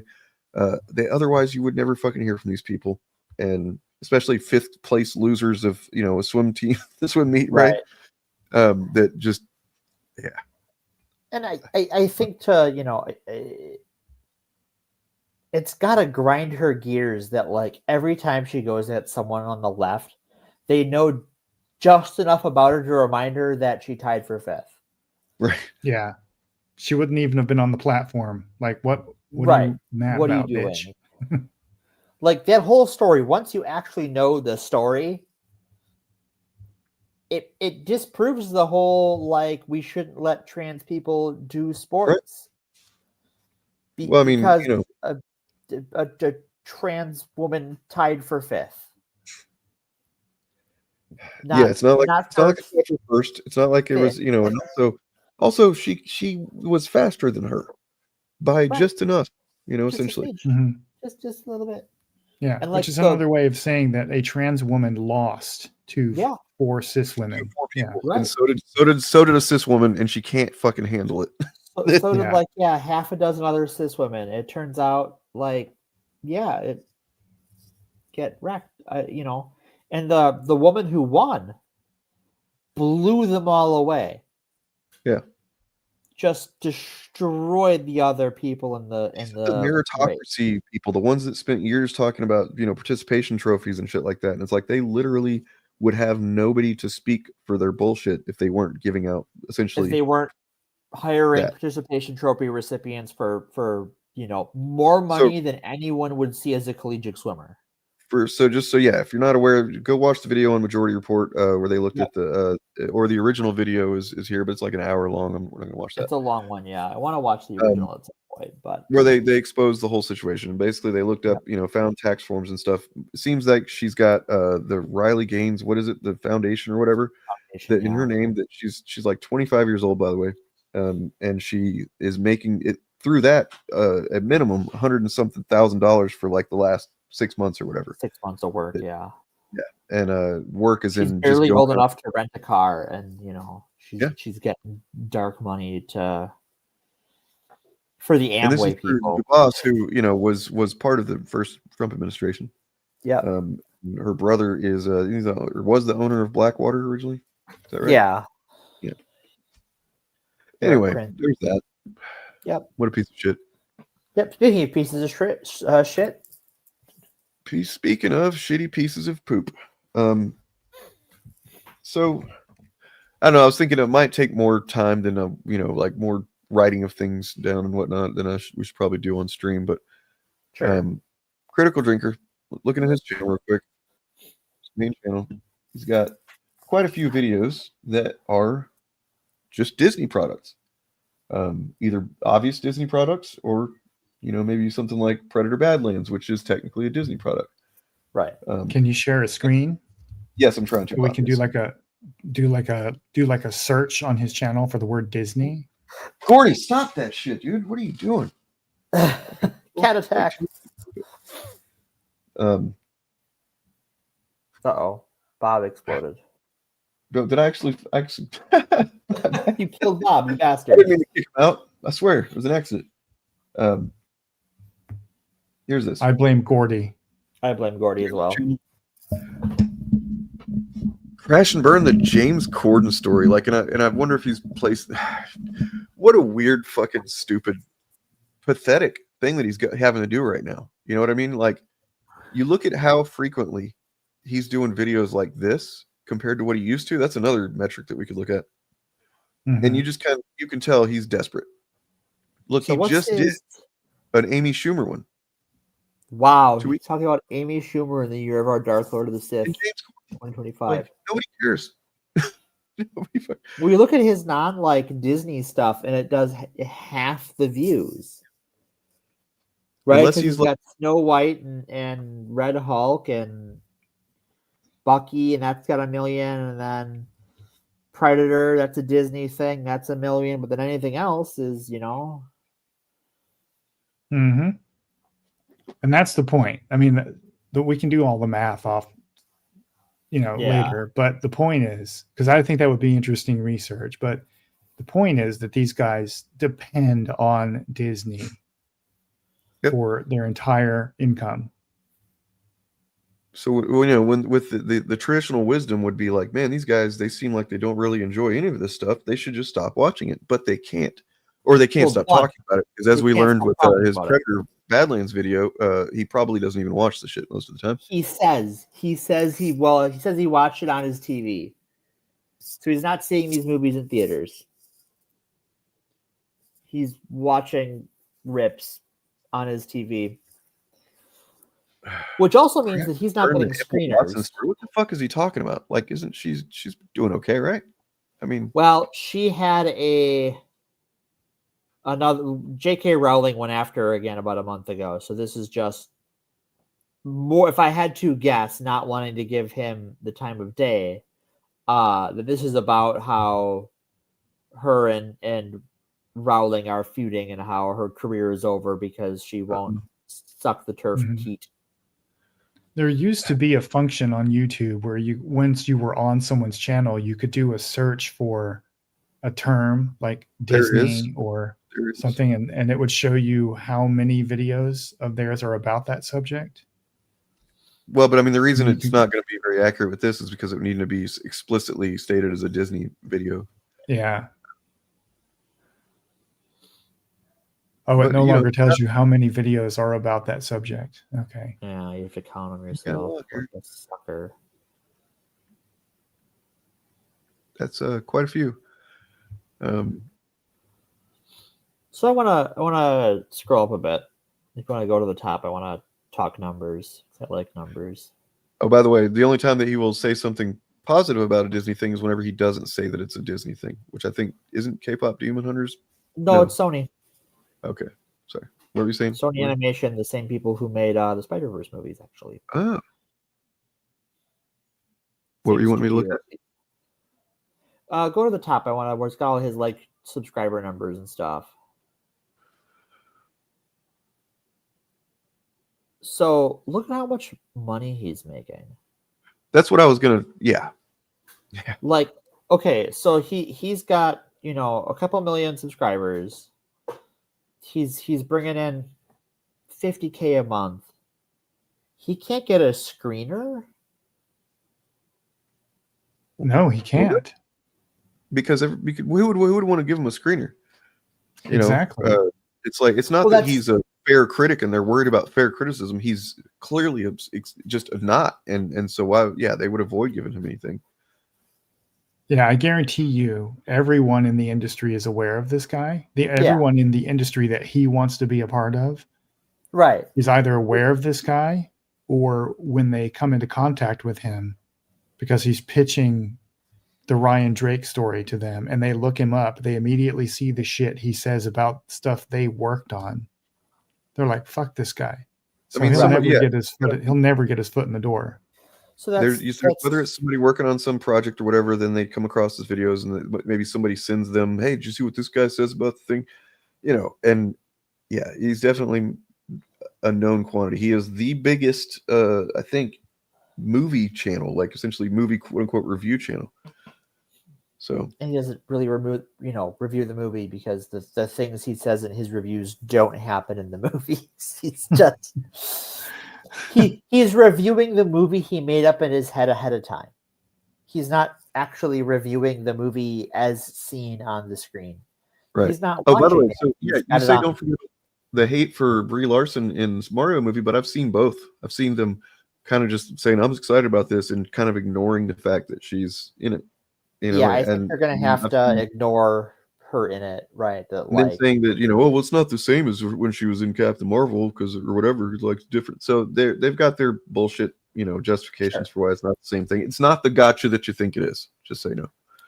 But I think it's interesting that like what it says about a person who is financially successful, has a popular channel, and is so driven by his own internal monologue and narrative that he can't celebrate what he does for a living. I kicked Bob out again accidentally.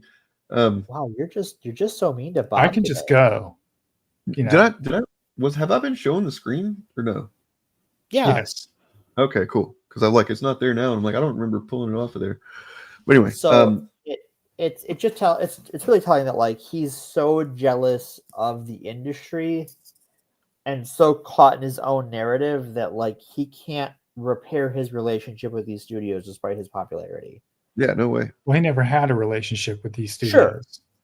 But he has been, and this was reported in the trades last year or sometime. I think I saw like a tiny blurb about it. Yeah. He has been quietly reaching out to producers in Hollywood. Right. Because he's got a guy that worked on his bad movie that is in the industry there. So they've been quietly going around pitching the Ryan Drake thing to like TV producers and stuff like that. And he doesn't talk about it on his channel, but he's been doing it and nothing is coming of it. And I'm sure what he really would love to have, he would love for what's his name, Zachary Levi's thing to take off. The conservative Zachary Levi could still come back because he's got good relationships with people in the industry. But when somebody is pitching a project to a producer in Hollywood and they're an unknown quantity, they look you up, right, to find out what you've worked on or what you've said. So every time this guy pitches something to a bona fide Hollywood producer, they look him up and they find this channel and they're like, okay, no, fuck this guy. Cause he built his whole career on talking shit about the very people he wants to be working with. Right. Well, let's check this out because, yeah, this is a very recent video from Eric Debunks, and he kind of gets right down to brass tacks here. I'm bored, so let's take a look at the decline of Nerdrotic and the Critical Drinker. All right, so their fans are going to be big mad at this video, but I don't care. Math is math. Numbers are numbers. You can argue about that in the comment section, be upset about reality. I don't know, whatever it is you guys do to cope with the fact that the grift space is dying out. And all you have to do is look at the two biggest channels, which is Nerdrotic and Critical Drinker. Look at those channels, and you can see they are slowing down. They're plateauing. Their channels are slowly dying. All right, so you're probably asking how we're going to do this. We're going to keep it really simple. We're going to be looking at the fall of each year so it can align with where we are right now in 2025. And we're going to go all the way back to 2022. We're going to look at year to year from fall to look at where their numbers are and where they were at in growth and subscribers and all of that. All right, so we're going to start out in 2022 with Nerdrotic with 580,000 subscribers. And if you want to double check any of this. So just real quick, it's notable that I remember when Nerdrotic was his shit was taken off. I remember when Critical Drinker hit 1 million, and then I remember when he hit 2 million subs. And that was a time when it was kind of depressing. It's like, holy shit, these guys are just, they're just, becoming the most popular thing on YouTube. And that's really upsetting. But they hit a fucking ceiling and pretty hard. There was go to the Wayback Machine, you will find all of these screenshots there. So he has 580,000 here in fall of 2022. Then we move over to fall of 2023, where he has 866,000 subscribers. That is a growth of roughly 286,000 subscribers, with 49.3%, if we're doing it that way, going from 2022 to 2023. So you see there was a huge jump for him there, and that's nothing to sneeze at. That's pretty solid growth for a channel.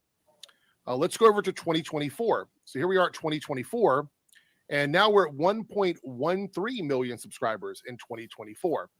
That is a jump of 264,000 roughly, and 30.5% growth, which is roughly 22,000 less than the previous year to year, going from fall to fall, from 2022 to 2023, and now 2023 to 2024. So these are the numbers right in front of you. Keep track of what we're doing here so you don't miss any of this, because math can be hard. All right, let's look at fall of 2025, 1.23 million here. Now you're seeing on the screen, this was the growth of the previous year.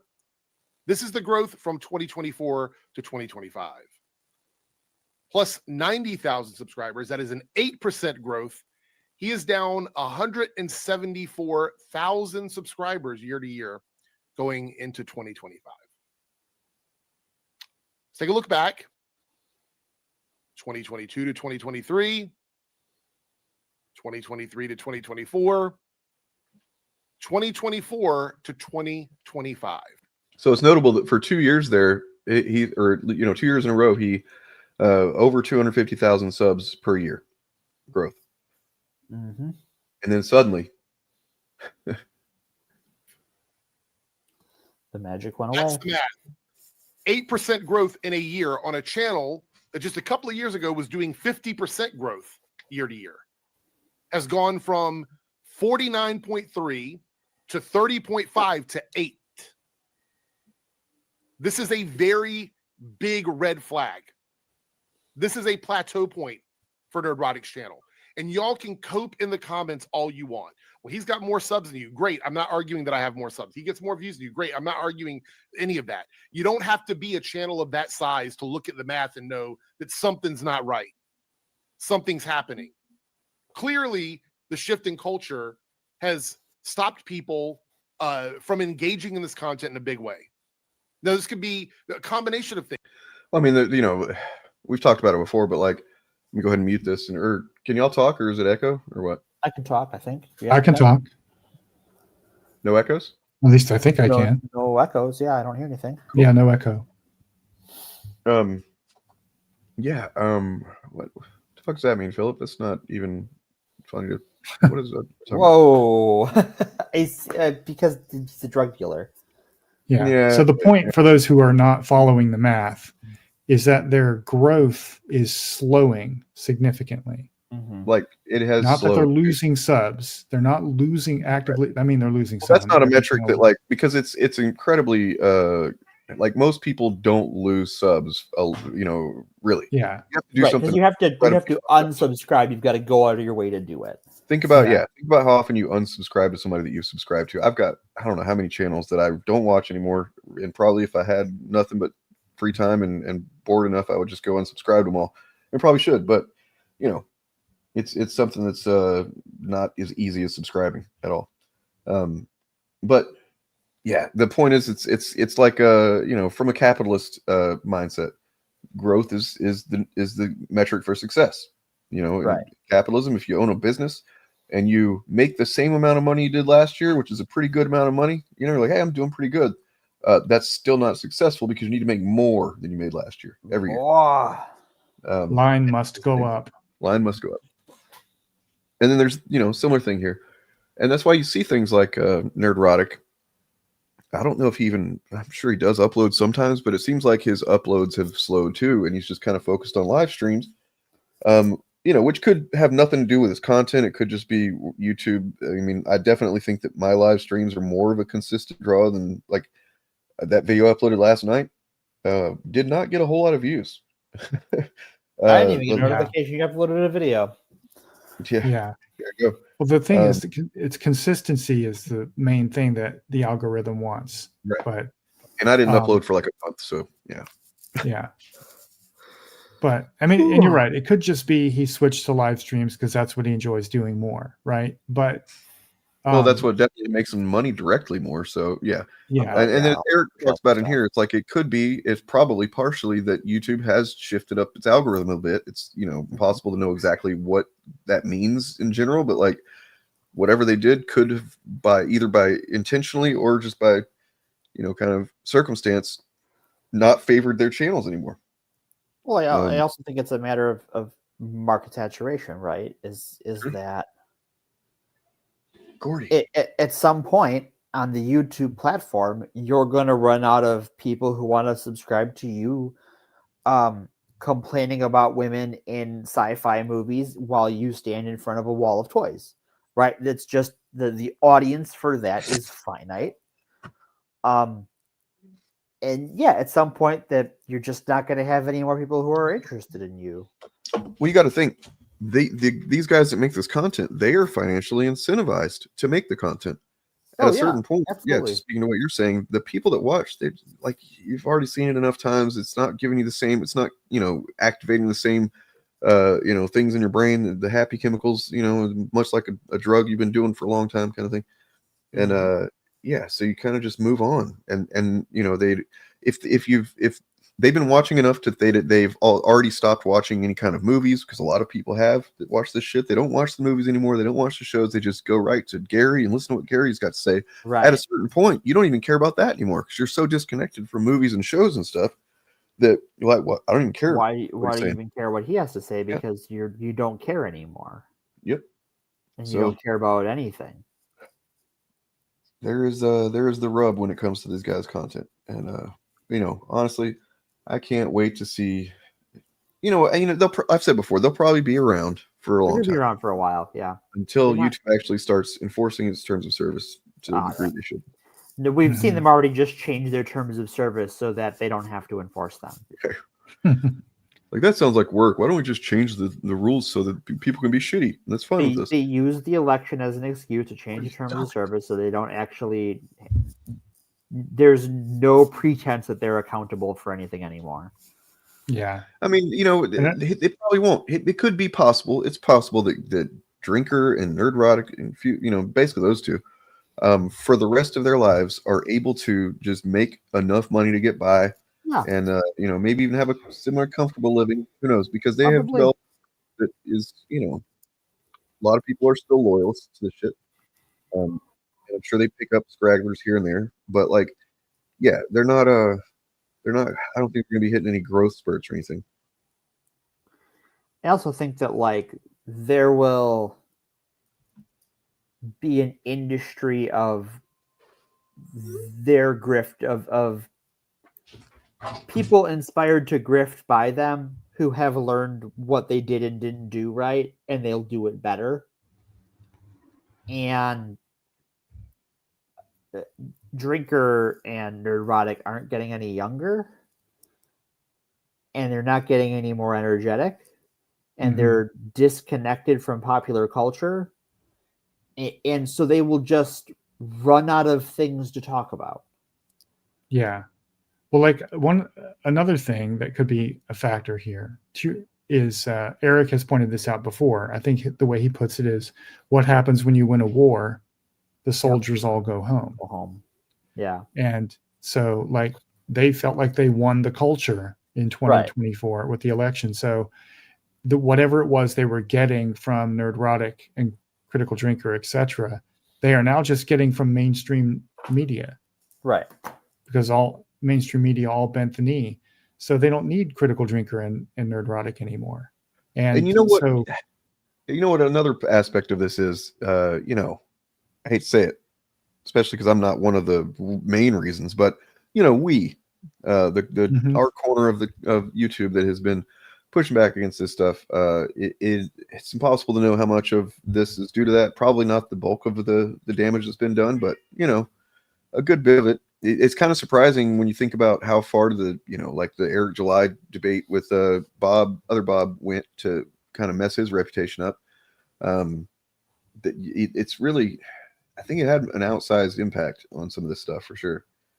Probably. Another way to look at that would be that their impact was never as big as they thought it was, and they convinced the rest of us it was. That's true. You know, that's what that's probably what it is. Like, as far as like the outsized impact, it's that we didn't necessarily damage their actual reputation. We damaged the myth of their reputation. Yeah. And that seems like probably more accurate to say. Because I mean, look at the way that we have been giving in more and more channels all the time. You know, Otterly Noah, he was cool to have on the show the other day.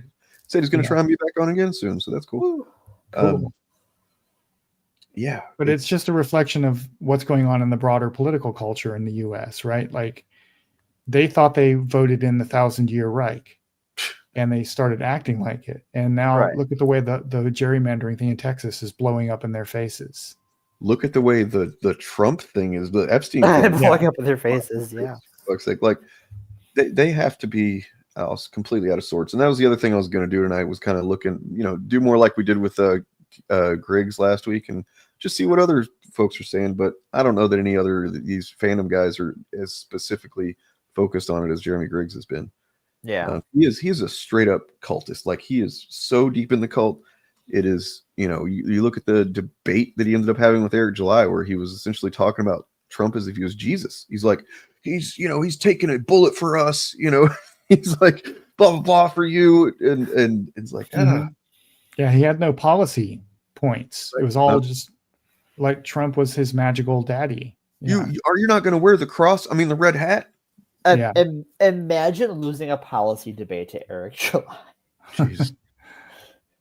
What? And also, I'm now genuine, just like I was curious last time what Griggs was saying about the Epstein thing. I'm now wondering what all of them are going to be doing about the Mamdani thing. That's going to be causing some major cognitive dissonance. What is it? Is it Argentina that fucking one fascist is the head of right now? Yeah. Yeah. And we just gave them a bunch of money, right? Yeah, $40 billion.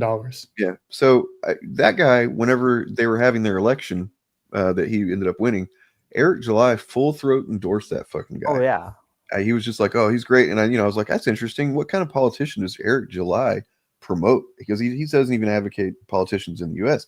And I look and I'm like, oh, because he's a fascist. He's just a fascist. He's a libertarian. And so that makes sense why and I'm curious now what Eric would say if, you know, he probably has some weaselly way to get out of it. But like, hey, you know how you don't like the government, you know, spending money on stuff and you think it's a waste and whatnot? What about sending $40 billion to the country of, you know, not just another country, but, you know, that guy that you advocated for, that since he won, it's had not even been like, what, a year and a half or something. They've fucking gone completely to shit because of his policies. And that, you know, essentially we're bailing them out. What do you think about that? Well, we're bailing out the people who own their debt. Right. We're not bailing them out. Fair. Yeah. But what about the roads What in about the Argentina? roads yeah, who's paying for those?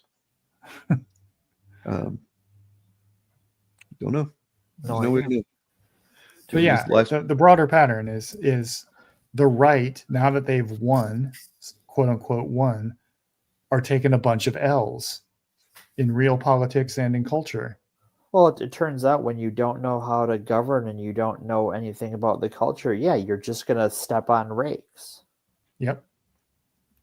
Speaking of stepping on rakes, I've got one about Elon here in a minute. We can look at, but just to jump to the math here, the of a critical drinker, his isn't quite as bad, but it is pretty bad. He's at, whereas Nerdrotic is at like 8% growth, down from 38% last year, and then down from 49 or whatever percent the year before that. It's almost been essentially commensurate degrowth, or lack of growth rather, on Critical Drinkers channel. I think that him being a little bit less blatantly serving propaganda, it's hard to imagine anybody not realizing it, but I think that's probably fair to say that if you take two people that don't know any better and give them these two channels, they're more likely to pick up on the propaganda from Gary, I think. Yeah. And that might have something to do with it, or just maybe his larger platform size in general. But yeah, the drinker does play a character. True. That is a pretty big buffer for, people seeing him what he is, I think. Yeah. And Gary gets real serious about Disney and whatnot, and so does he. But he's doing it with character. Right. He does it through a character, so there's a layer of separation, both for him and the audience. This is the thing too, is like they on a long enough timeline, these people will damage themselves. That's just the nature of not just fascism and authoritarianism as a means of governance. Also, just I think the mentality that puts you there is eventually gonna, you're gonna say you're not actually watching the movies in the movie theater. You're stealing them on a video you put out. Unforced errors. Yep. Well, I also think it's got to get boring, right? Like,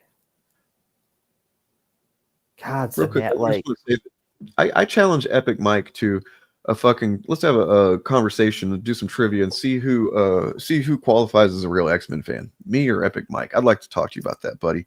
Right. You're not doing anything else. You're definitely not doing, was it the Epic verse? Where's that at, man? Oh, where did that go? You're not doing that. So let's talk about this.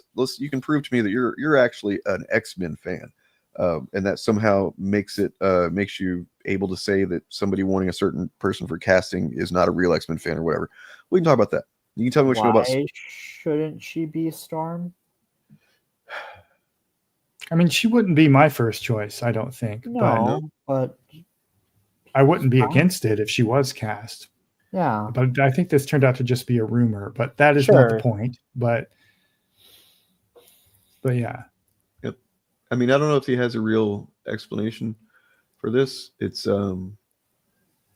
it's not as easy to say that, if it was Jeremy Griggs or something, I think we'd be able to say a lot easier. But well, I don't know, because Storm, the character, is black. So, I mean, that can't be their objection, right? Right. Well, I mean, yeah, but I mean, so what it probably is colorism. Maybe. Where is that? Because Epic Mike's a black guy. So that's probably what he's thinking or suggesting here, is that like she's just too black or something like that. I don't know. I think it's just he doesn't want to bone her. That's it. Yeah, that's probably it. Yeah. My specific ideas of beauty standards aren't being met. Reject. So that means all, part of when I tell you this, I want anybody watching this from now on, think about this going forward.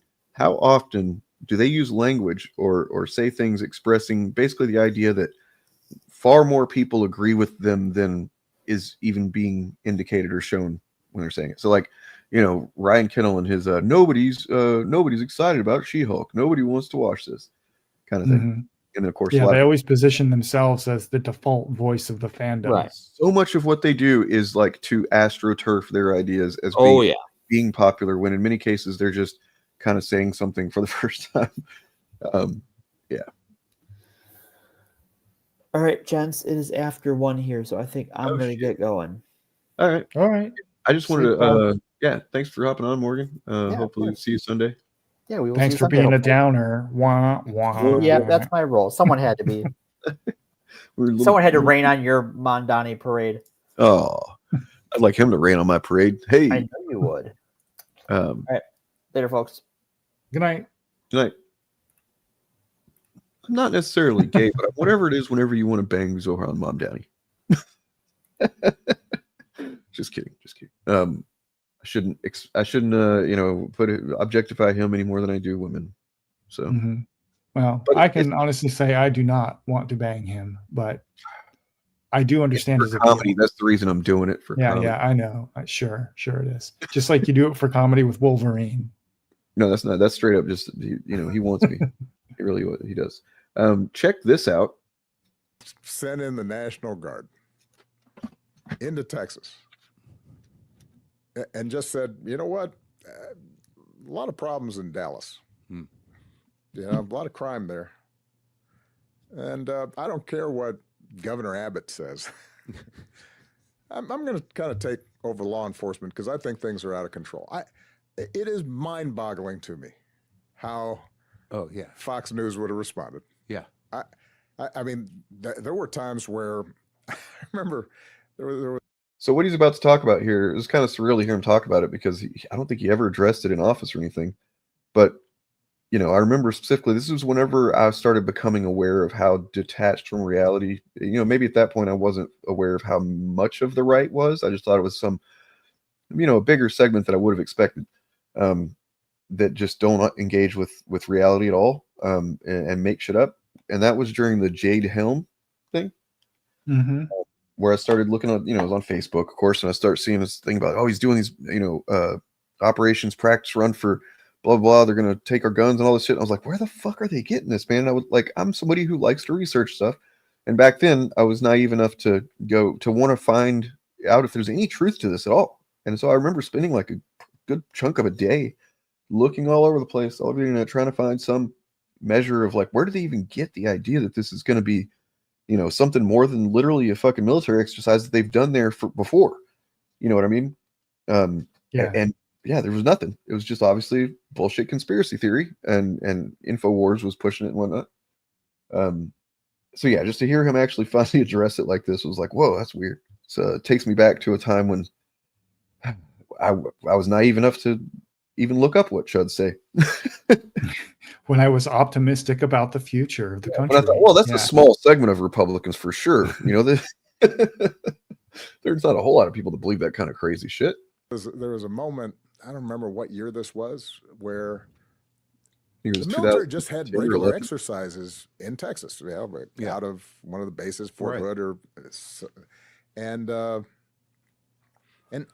Ted Cruz. That was what it was. Ted Cruz being involved. I was like, he's a fucking senator. What is he doing engaging with this shit? You know what I mean? It's one thing to see crazy supporters, but to see a sitting senator being involved with that stuff, we're kind of like, what? Other folks were out there lending credence to the fact that I was preparing for, the whole black helicopter, one world government. I was about to take over Texas. And this is like a sitting U.S. senator. Yeah. It's like kind of retweeting about what's going on with these exercises. Secret ops. I didn't even have any. I didn't monitor military exercises because you know what? That was the Pentagon's job. That was the Secretary of Defense and the Joint Chiefs of Staff and the COCOMs.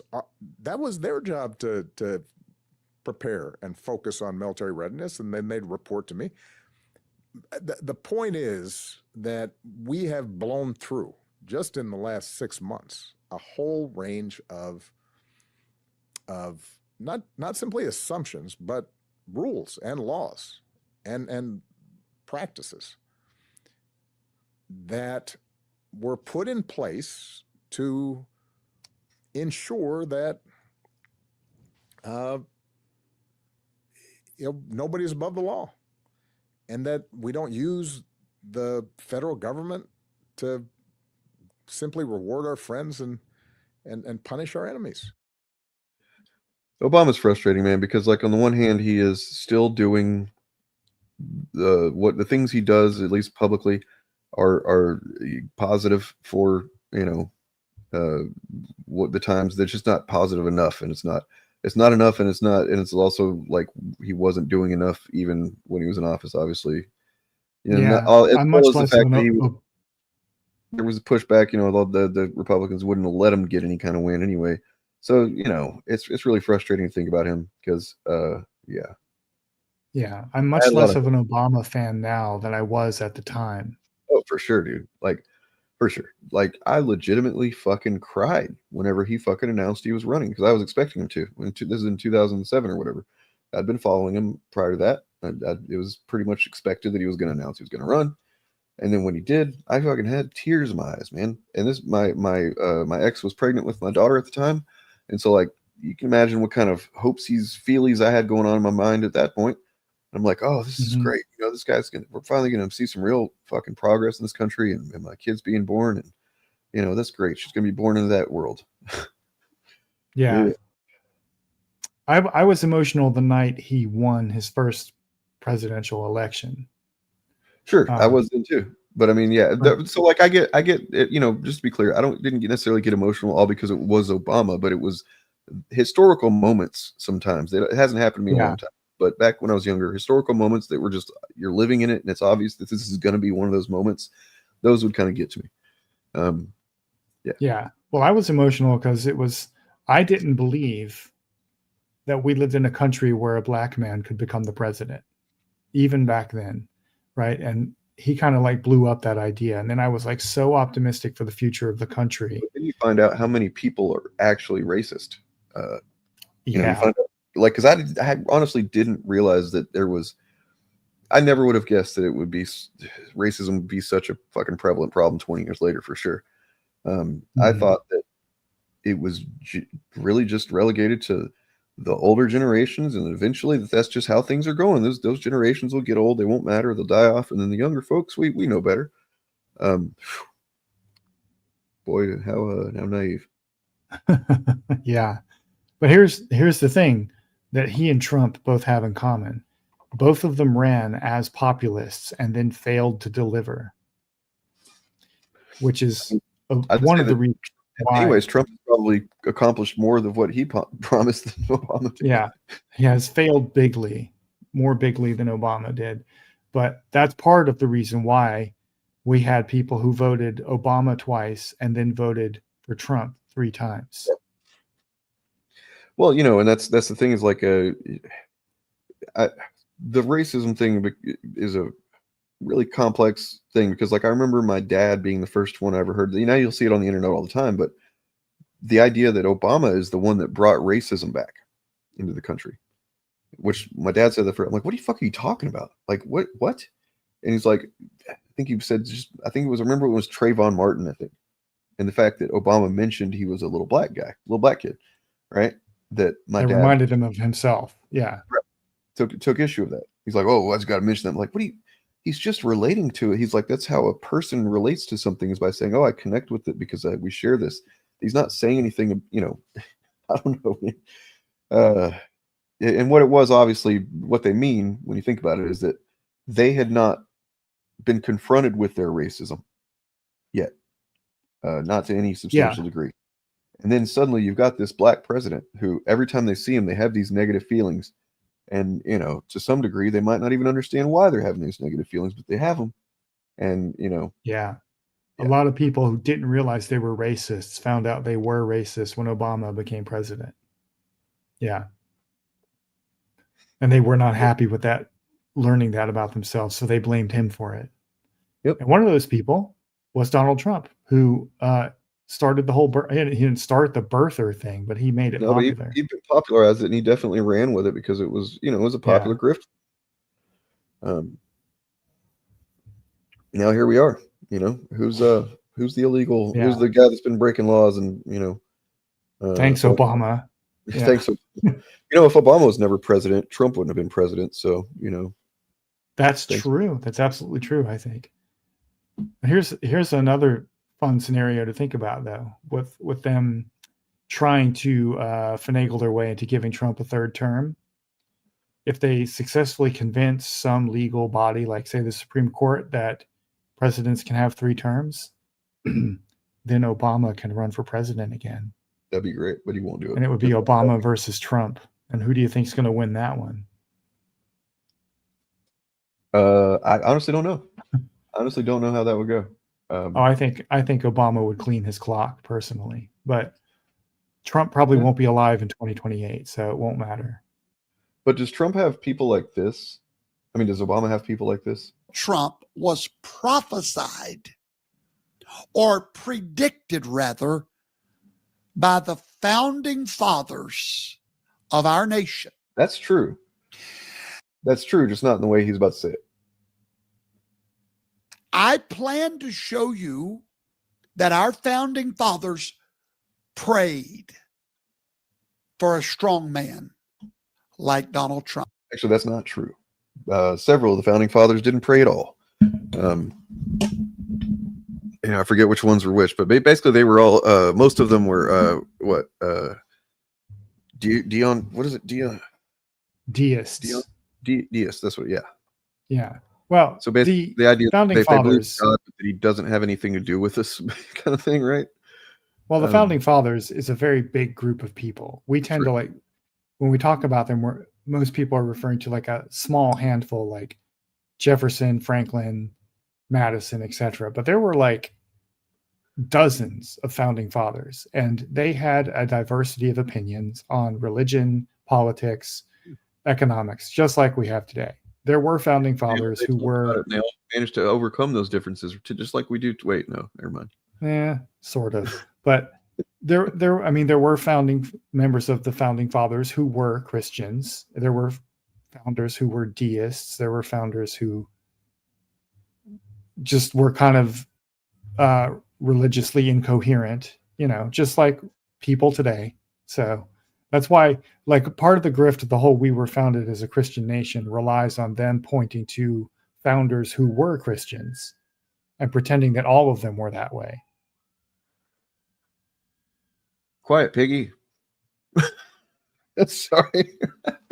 I thought about taking that and clip and just having it as a drop. So whenever somebody's talking on stream, I want to say something, I just go, quiet, piggy.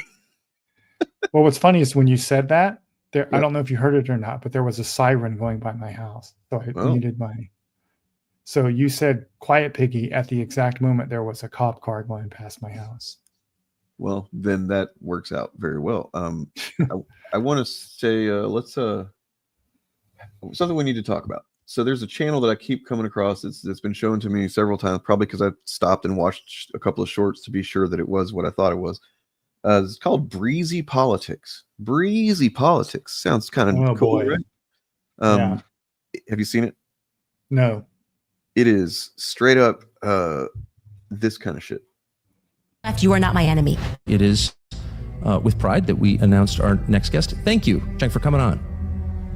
No problem, Tucker. Thanks for having me on. I think it's important that we have a moment like this where we try to bring the country together. Amen. I so strongly agree.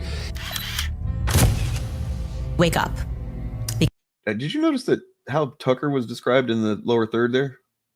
No. American journalist. Okay. Yeah. I don't think that's really what he is anymore, if he ever really was. He never was a journalist. Right. Man, I mean, Cenk really isn't a journalist either. You know what I mean? But like, but you see what the whole point of this kind of content is. I so strongly agree. To anybody that's just interested in politics, they're not super interested, but hey, this channel is called Breezy Politics. Maybe it's cool and like breezy and it's really easy to get into this. That's the kind of person that this is targeting, somebody that's not aware enough or engaged enough to understand that this it's grift, it's bullshit. Mm-hmm. And it's using the idea of, that everybody's generally pretty fucking tired of the schism in politics for sure. But the thing is, there's valid reasons for it. And there's not any one topic that's just going to be the thing that, because two sides agree on it, that's going to make everything better, because the reason they agree is not the same reason.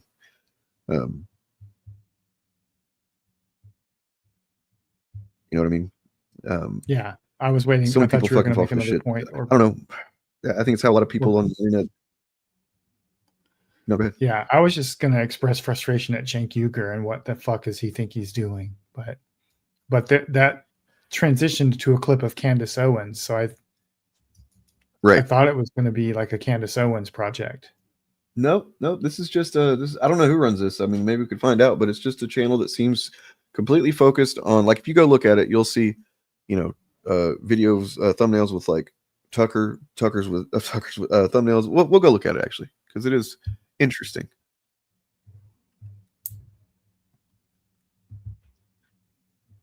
So.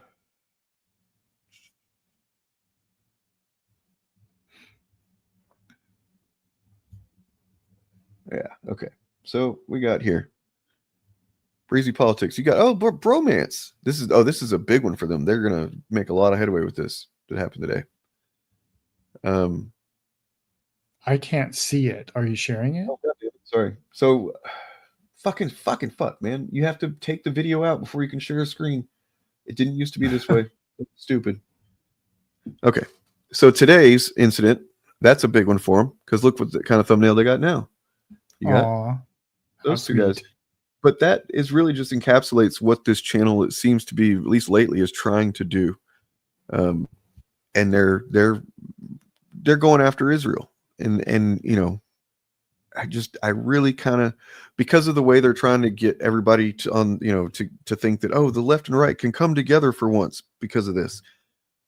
But they're not, being specific about why it is. That there's some superficial agreement here. Oh, I see what's going on. Okay. Yeah. It's all anti-Israel content, but it's platforming right-wingers who hate Israel, which means they're anti-Semites. Yep. So they do a bunch of shorts more than anything, it seems like. Joe Rogan. This is such, oh God, this whole situation pisses me off so much. Yep. The way the Democratic Party dropped the ball on Israel criticism. It's because all they did was created a vacuum in the discourse that allowed the right to move in and flood the zone with genuine anti-Semitism. 100%. They got complacent because in their minds, I imagine they thought, look, we got this Israel/Jewish anti-Semitism thing on lock. You know what I mean? So like in their minds, they didn't have to worry about, as long as they could say that, then they had, I don't know, they could always, I guess, fucking clutch their pearls at the very notion of anti-Semitism or whatever. Yeah, they convinced themselves. On this shit. Yeah, the Democratic establishment convinced themselves, I guess they genuinely believe that any criticism of Israel is inherently anti-Semitic. Anti-Zionism is anti-Semitism, they think. So they just didn't allow room in the coalition for an anti-imperialist, anti-colonialist critique of Israel that is also primarily a critique of the United States. And as a result, when people start seeing shit like Gaza all over their phones, the only people they find talking about it are neo-Nazis. So it's this is kind of a confusing post in context to think about. What is it? Israel's trouble with the youth is simple. The left actually believes in universal human rights, and the right actually believes in America first. I mean, I think the first one is more true generally than the second one. Well, so this is trying to create an equivalence between those two positions. And it's also trying to, further their grift of, oh, we're centrists. We need to unite these two factions together.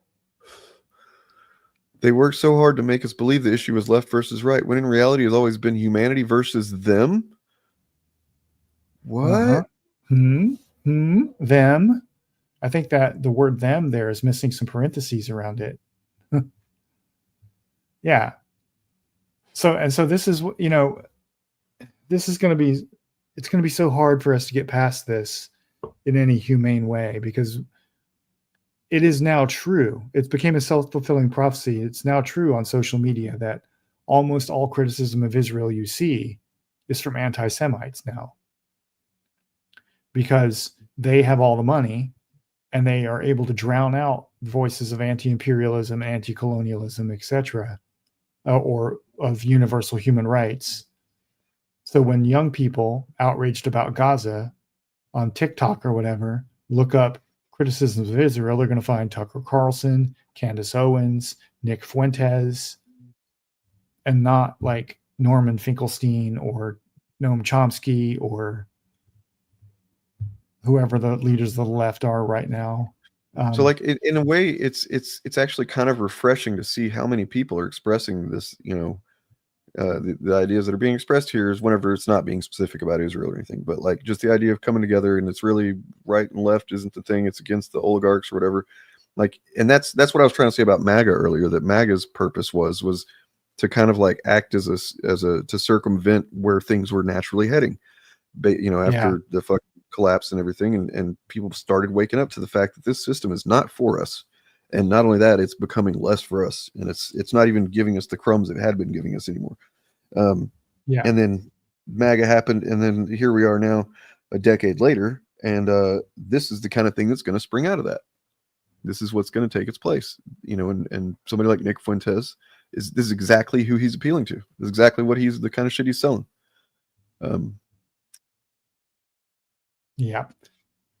So, and like I've said, there's going to be a lot, like all these guys that voted for Trump last year that were first-time voters, many of them. They don't have a developed sense of politics. They don't have a developed sense of policy or even a working fucking understanding of government in many cases. But they have been definitely sucking on some anti-Israel memes, at least, probably much worse than that. And then here they are. They're going to want a place to land whenever they've kind of, the more Trump has to deal with the fucking Epstein files and stuff, the worse it's going to be for him. More everybody's just going to start peeling away. And those guys in particular, I think, are the ones we need to worry about. The younger folks that have no political home once this is all kind of faded away.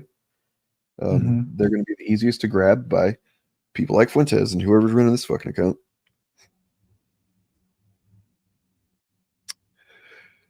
Yep. No more talk of left and right. Unite is the only way. I agree with that, man. I fucking agree with that. Well, see, the thing is, the position of universal human rights and the position of America first are fundamentally incompatible with each other.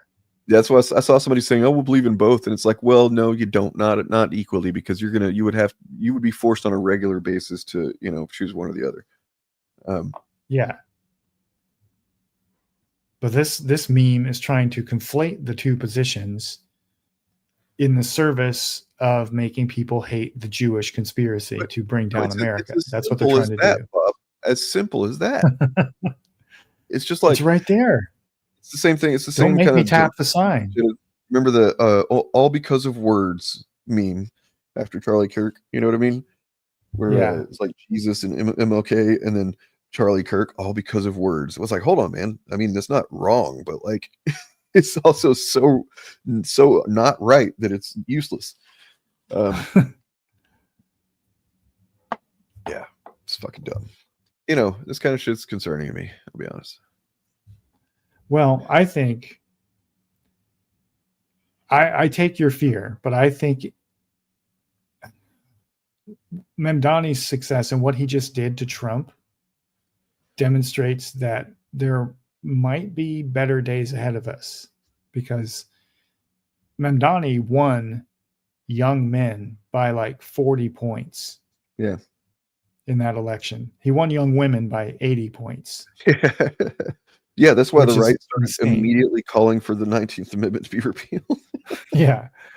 But this is twice in a row that Mamdani has done the very thing the Democratic establishment says they want to do. He has shown them how to do it. Number one, he won young men back. And number two, he just won over the leader of MAGA.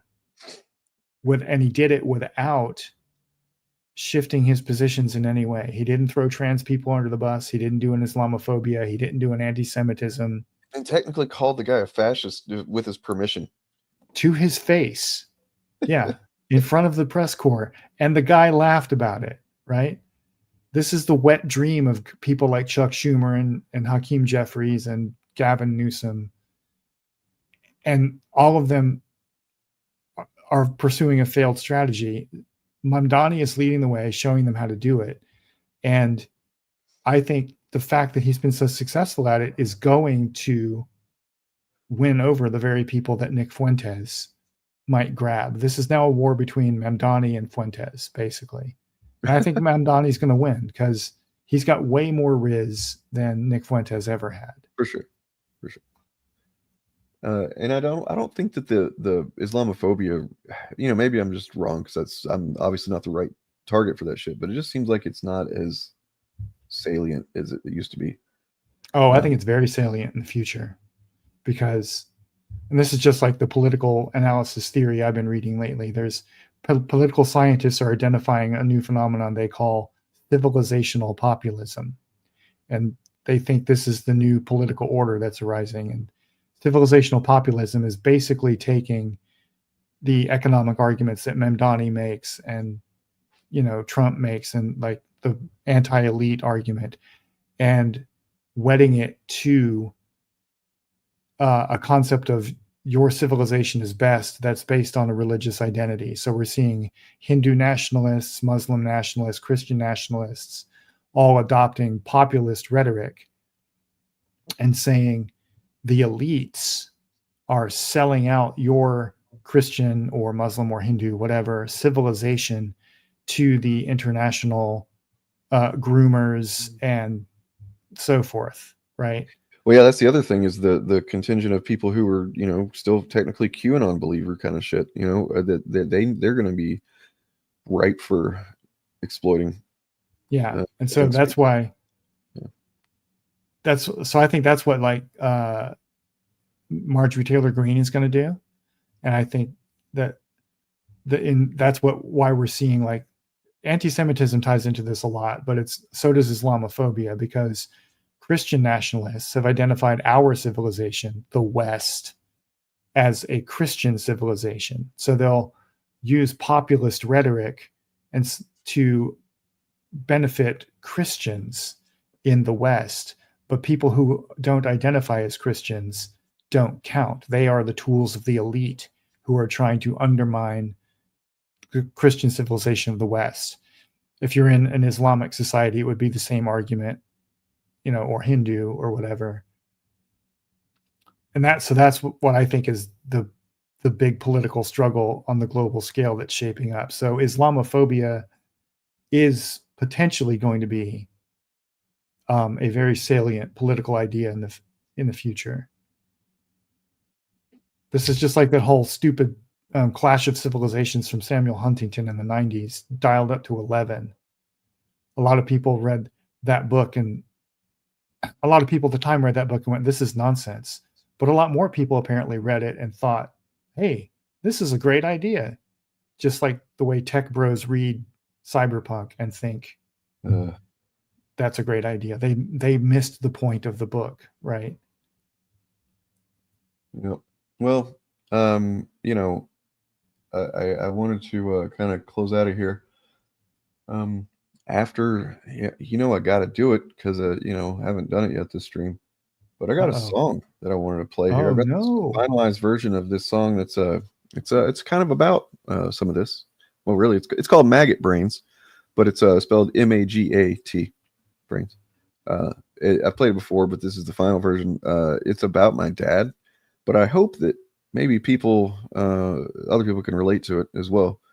It's basically it's about my dad, and it's about him being a MAGA guy, but it's also just the processing the idea that somebody that he was my role model. He was my father, you know what I mean, growing up. So he was the guy I looked up to as what a man is and what I was going to try to be like.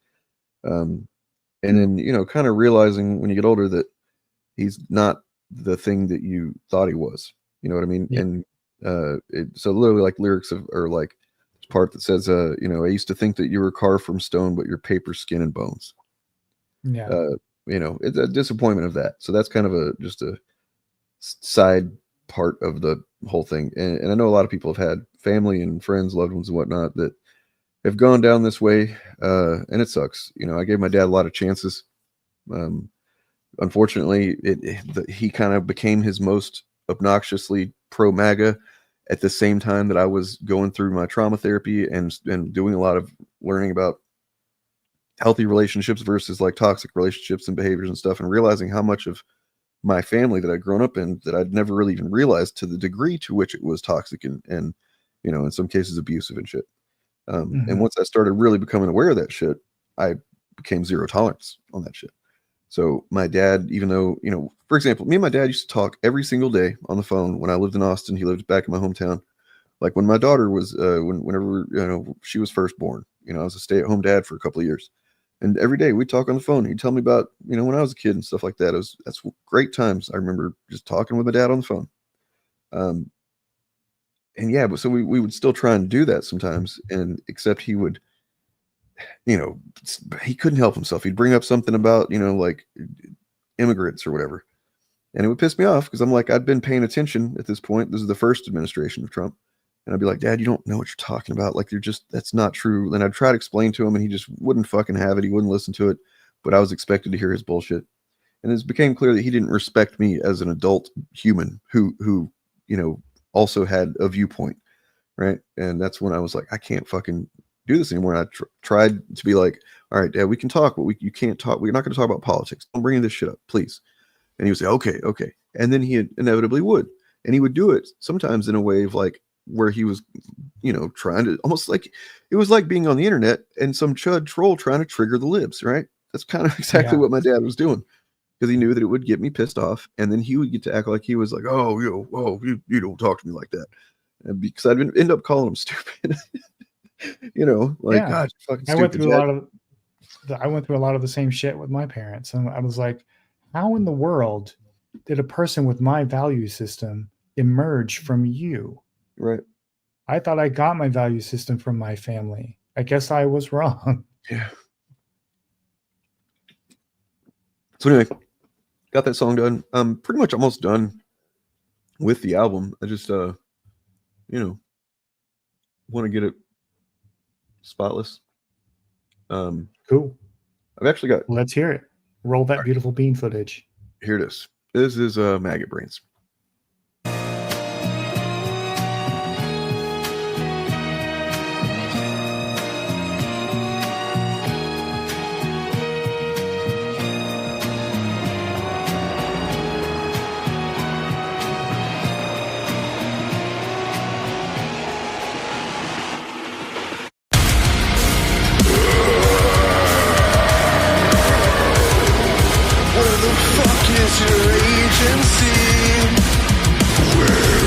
Where the fuck is your dignity? Where the fuck is your agency? Remember what it was like to be ashamed before the maggots ate your brains. You surrendered, lost everyone you loved the most. No, I can't wait to meet your fucking ghost. Pretender, you think that Christ is on your side, but that's just shit you say to justify your blind faith in the oldest lie. Tell me, are you great again, now that you die alone?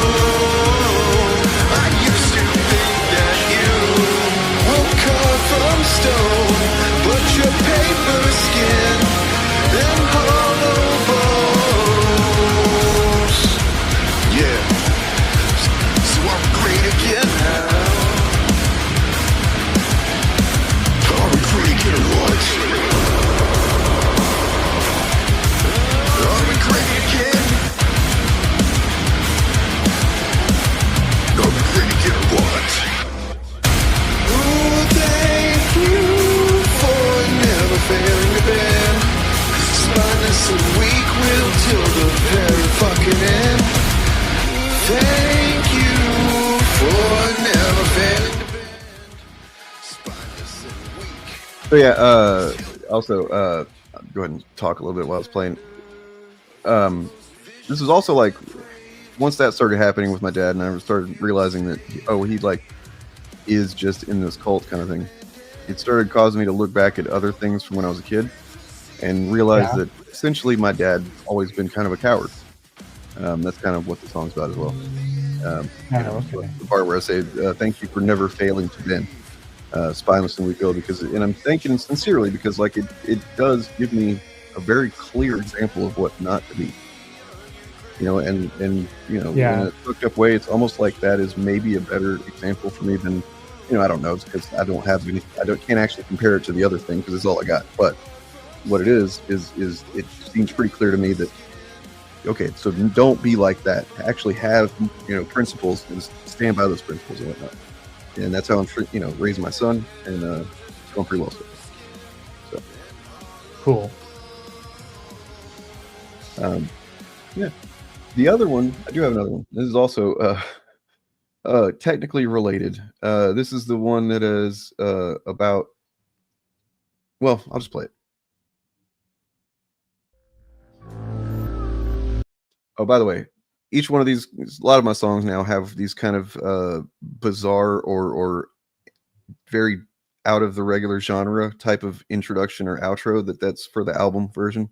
So just kind of like noticed. Buffers. This is a weird one. This is a kind of a noisy one, but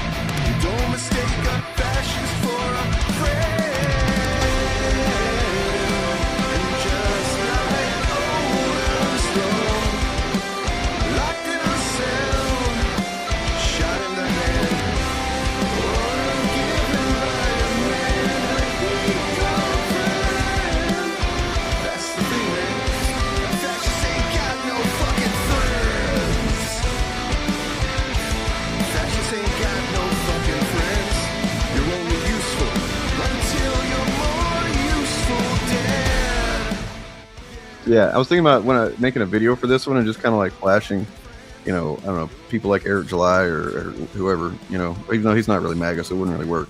He's not expressly MAGA, but you know what I mean? Yeah. And it's Ernst Röhm was once I started learning about that was a fascinating thing to me. And it's not, you know, it's not 100% accurate to say that he was executed because he was gay. He was executed because he was the leader of the first version of the SS. What was it called? I forget. But essentially, he had enough people under his thrall that it was a challenge to Hitler's nascent administrative regime. And there were, you know, people that were supportive of Hitler doing what he ended up doing were concerned about Ernst Röhm's popularity. And despite the fact that he was an openly out gay man, what's interesting is that he wasn't. It's not like he was just.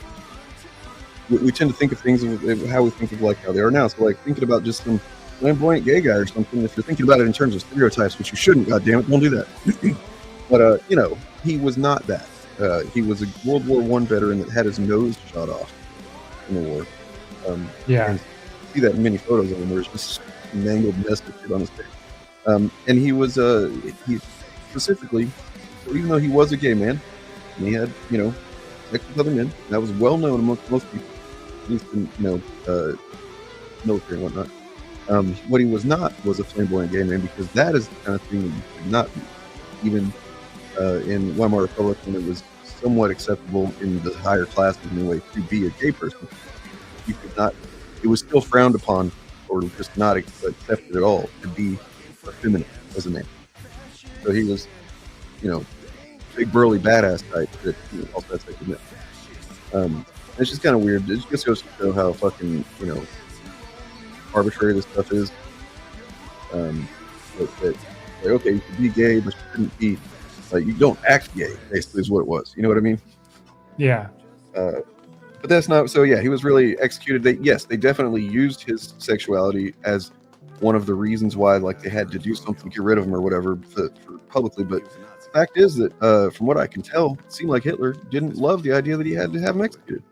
But he still did, because fascists don't actually have any friends. They just have, someone who's either an opportunity right now, or they're beneficial to them right now, to the seizing or maintaining their power, or maybe in the future. But then once they're done with you, they're done with you. Anyway. Yep. It's a fun song. Let me wanted to oh man, did I let it play all the way? Okay. Well, I wanted to play the very end because it's fun. I had added a little thing. Nonetheless, yeah, that's about it. Other than that, I don't know. What do you got? Where's some content you're gonna do? I am this week going to start writing the script for my Star Wars video for the new mythology series, about basically what makes a story a myth, and why Star Wars is a myth, in my opinion, is a myth now that will be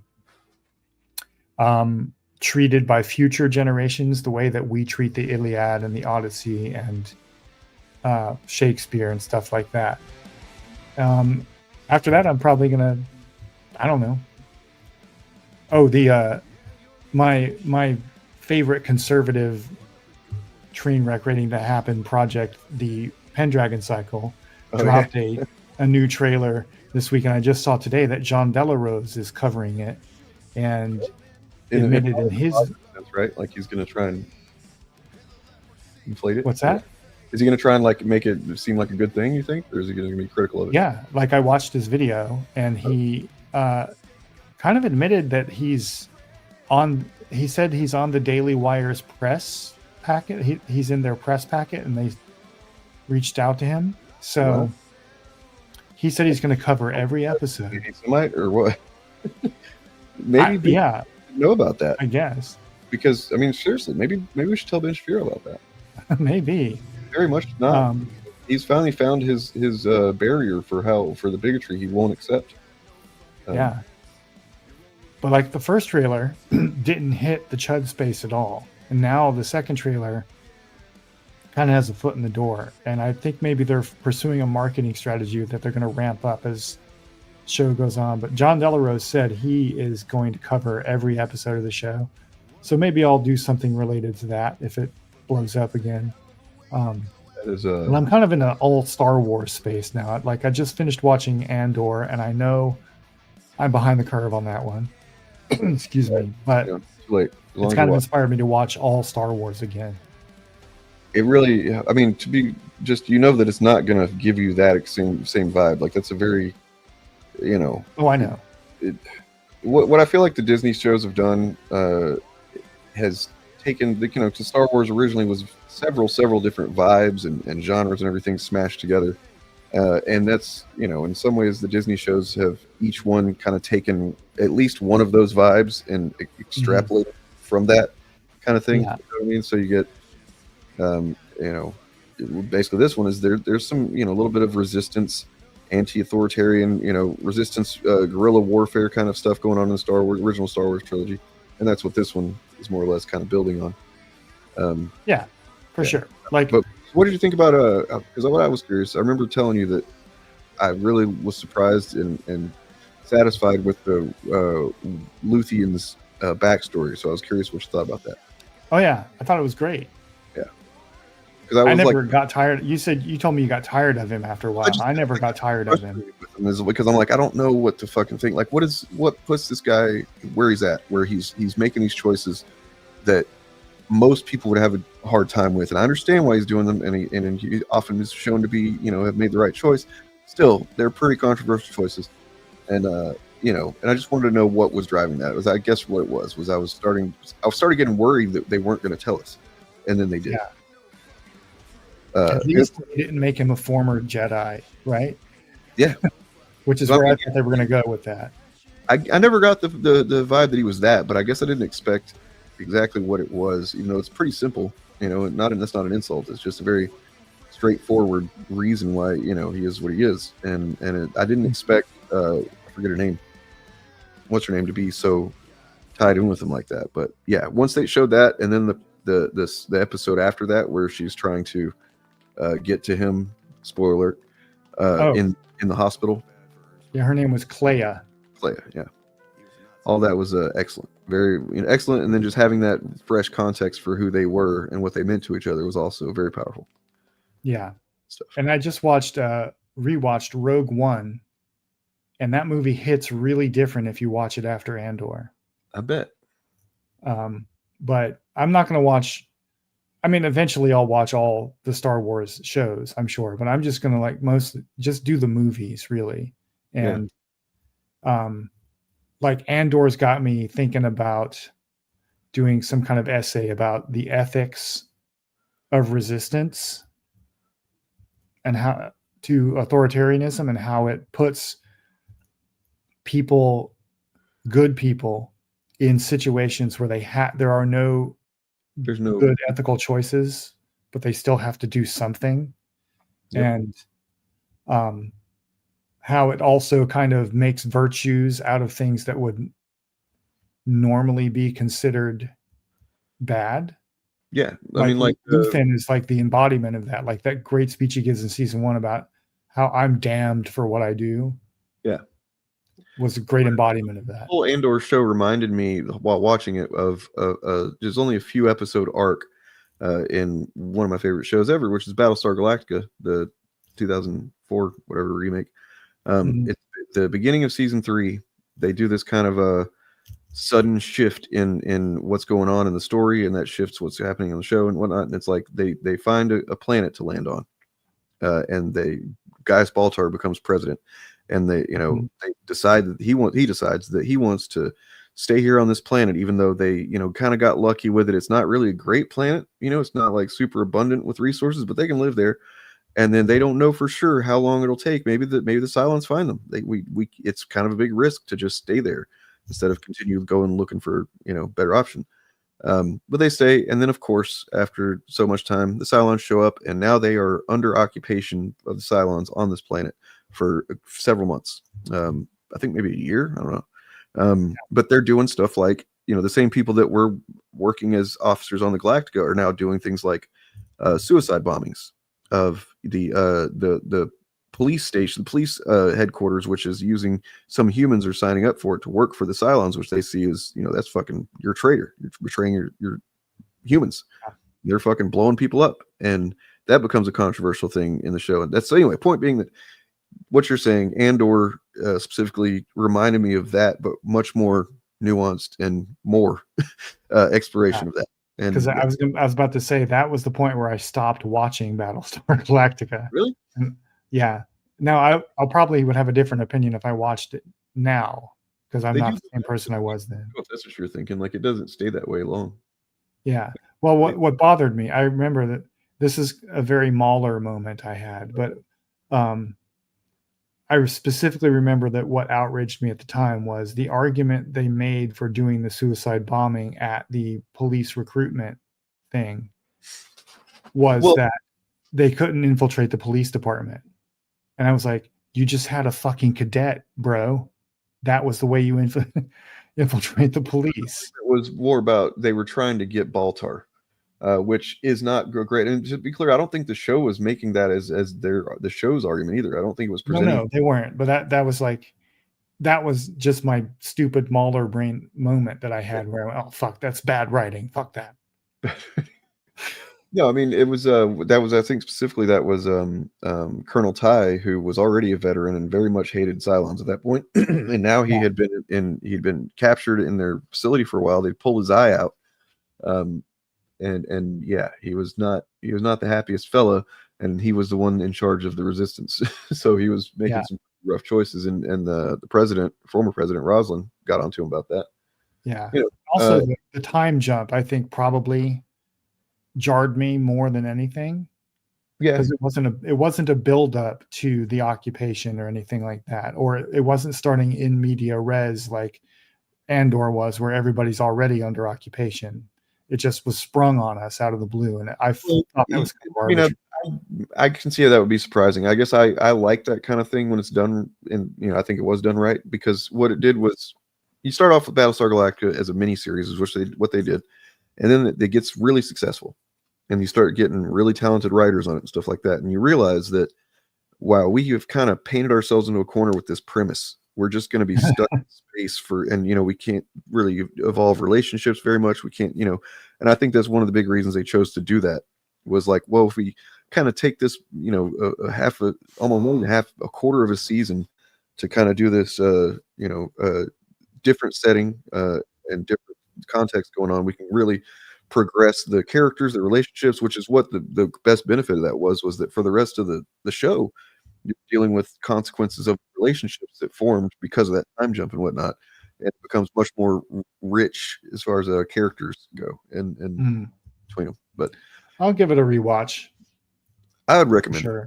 I would, because I really loved the show up to that point, and granted it's been more than 10 years, so my memory is fuzzy about what I felt at the time, but I do remember thinking the sudden time jump, and like all of the characters seemed like completely different people. At least that's the way I remember my impression. And the thing that still stands out to me, because I just watched it not long ago, but I actually need to finish. Me and Jen need to finish the final season. But we got to, so like when it does the time jump, you see because spoiler, but like Adama, his son, what's his name, Apollo, he becomes the commander of the Pegasus, which is the other battle star that they come under possession of. And whenever the time jump happens, you see him and he's fat. Yeah. And it's very bad prosthetics and like bad makeup used to kind of blend it with his actual skin. So he actually looks kind of orange like Trump or something. But then just the prosthetic, belly and stuff on his face and whatnot, it's just not great. That's the worst thing about the entire show, in my opinion. Yeah, I do remember that. And I was like, yeah. Anyway, I'll watch it again. Andor's good. That's the whole point. Yeah, Andor, good. Watch your Andor, and apparently they're bringing Stargate back too. No, I never did I tried to get into Stargate. I had a girlfriend that really loved it. I was just like, meh. I was into it for a while. It had some great moments. Because that's a show where they were working on a very shoestring budget, and they really rose above their production constraints, at least in the first season or so. They got a bigger budget later on, but they balanced comedy and drama really well in that show, I thought. It's been a long time since I tried to watch it, but I remember it kind of just had a little bit too much of the vibes of, it's hard to describe what it is, but something about like the CW DC comics shows that just, I don't know, makes it really difficult for me to connect with them in the same way that I can other shows.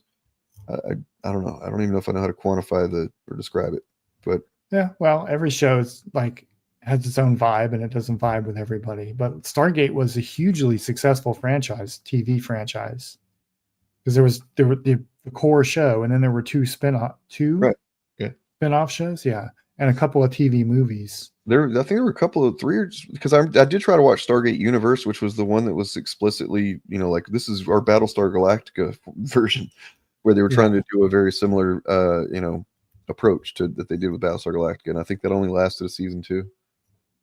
Yeah.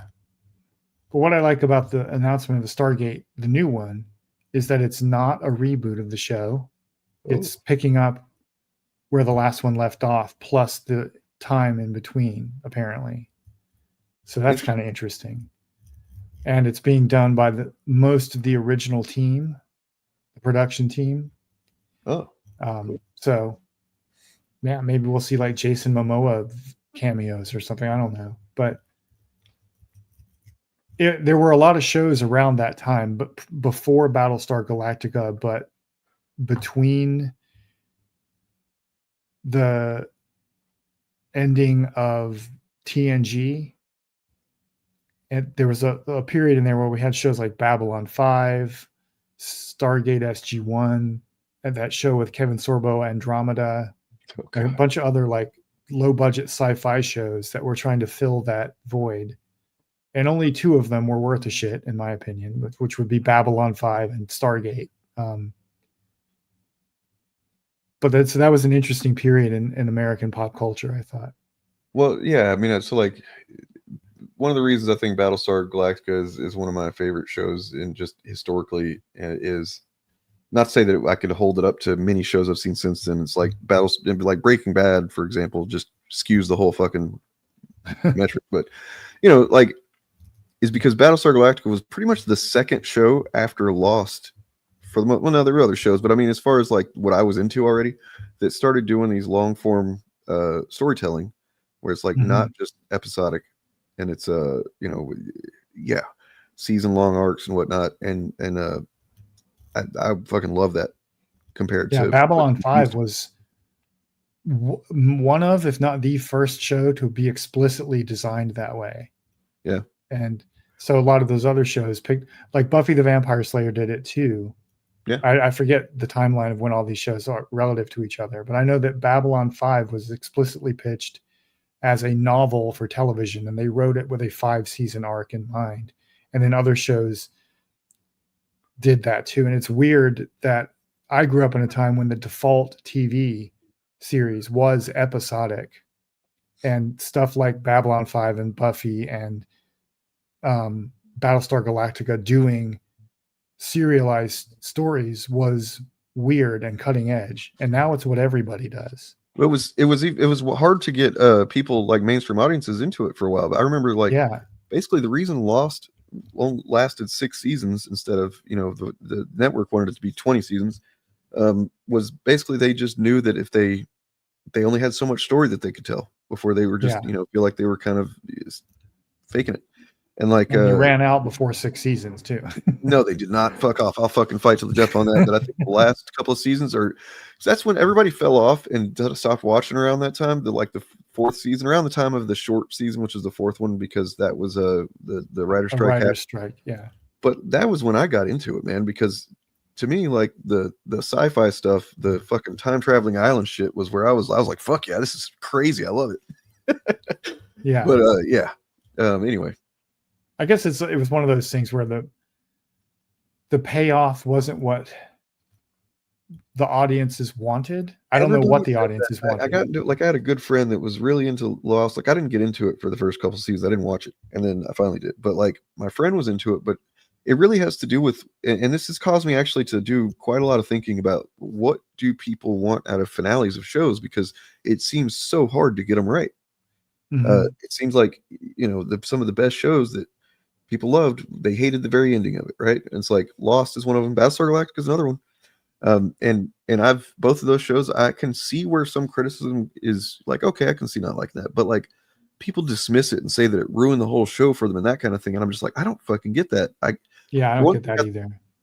For one thing, I like to just let a story happen, and if it doesn't do what I expected or want it to do, I don't get mad at it for that. You know what I mean? Not just as principle, but like if it's something egregious, sure. But like, it really depends on what you are getting out of the show in the first place. And Lost in particular was a show that had very different types of fans. You had fans that were watching it for the characters and the character stories. And then you had fans that just wanted to know the mysteries. They didn't give a shit. But like the characters were just vehicles for finding out the mysteries. Right. Mhm. And Yeah.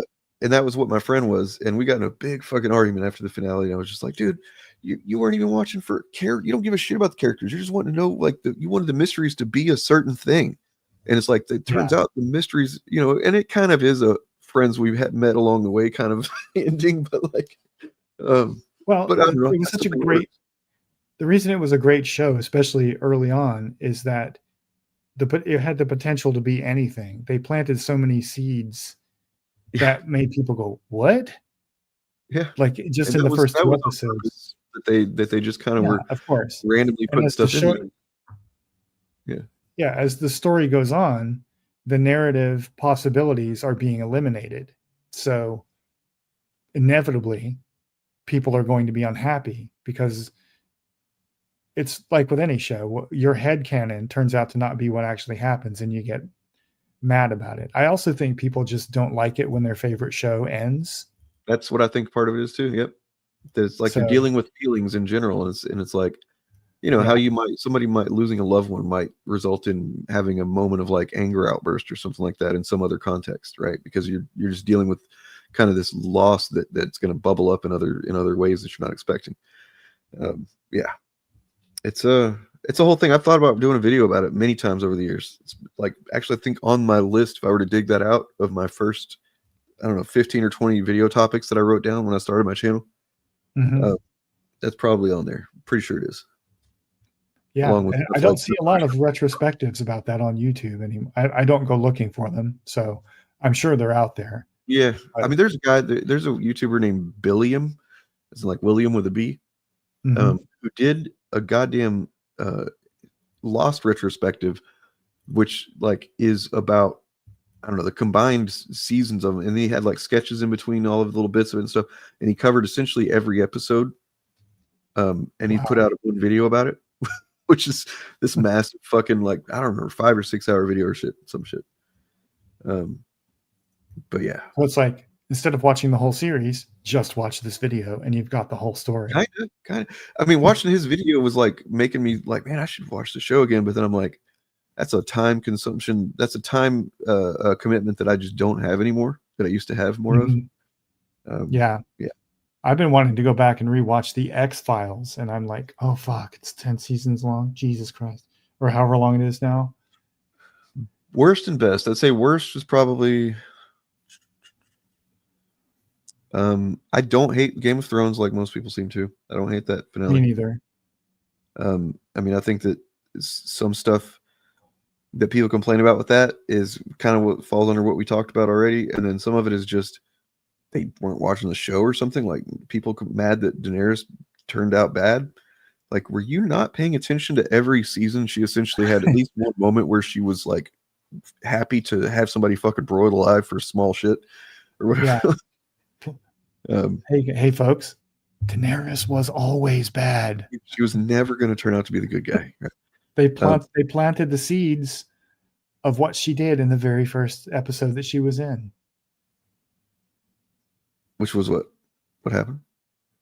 Um, because I just remember getting raped by that episode. Like, well, I think the first episode she was, I don't know if it was the first episode of the show, but the first episode she was in was the one where her brother, she like has her brother or has boiling gold poured on his head and it kills him. That wasn't the first episode, but I mean, it was, yeah, she was in the first episode. That one was probably a few episodes in, I think.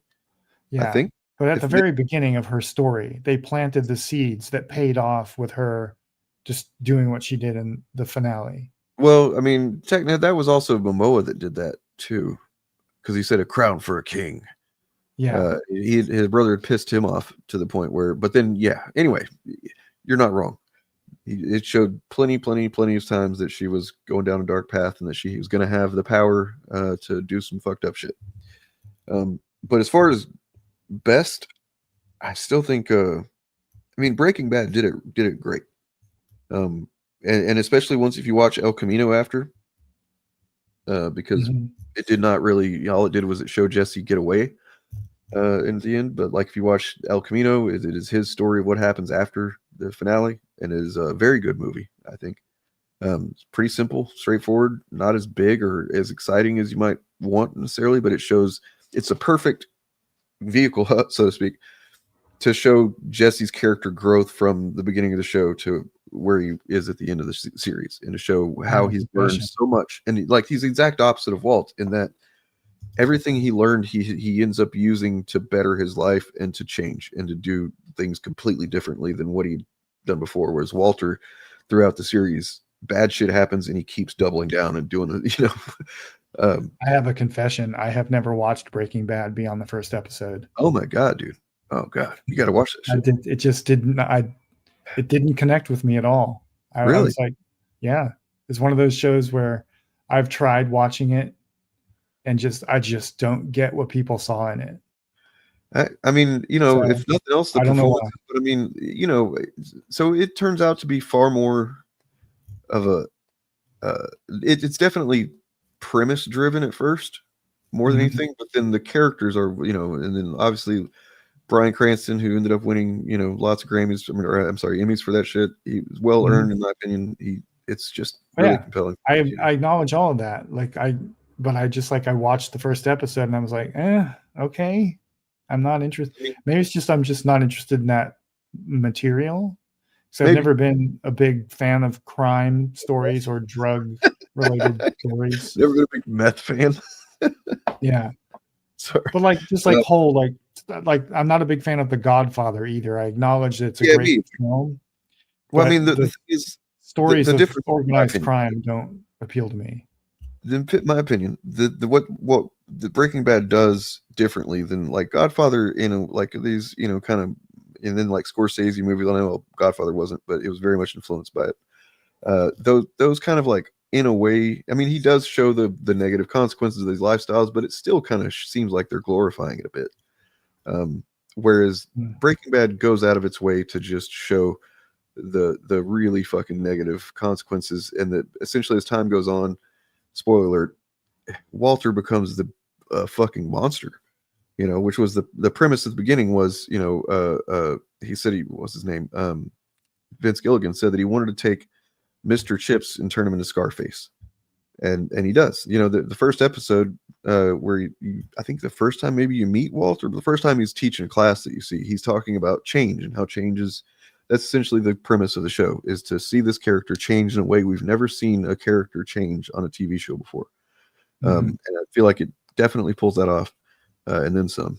And you know, and there's some pretty harrowing stuff and some pretty fun stuff. I don't know, it's just a good show. Anyways, I'm not going to try and convince you now.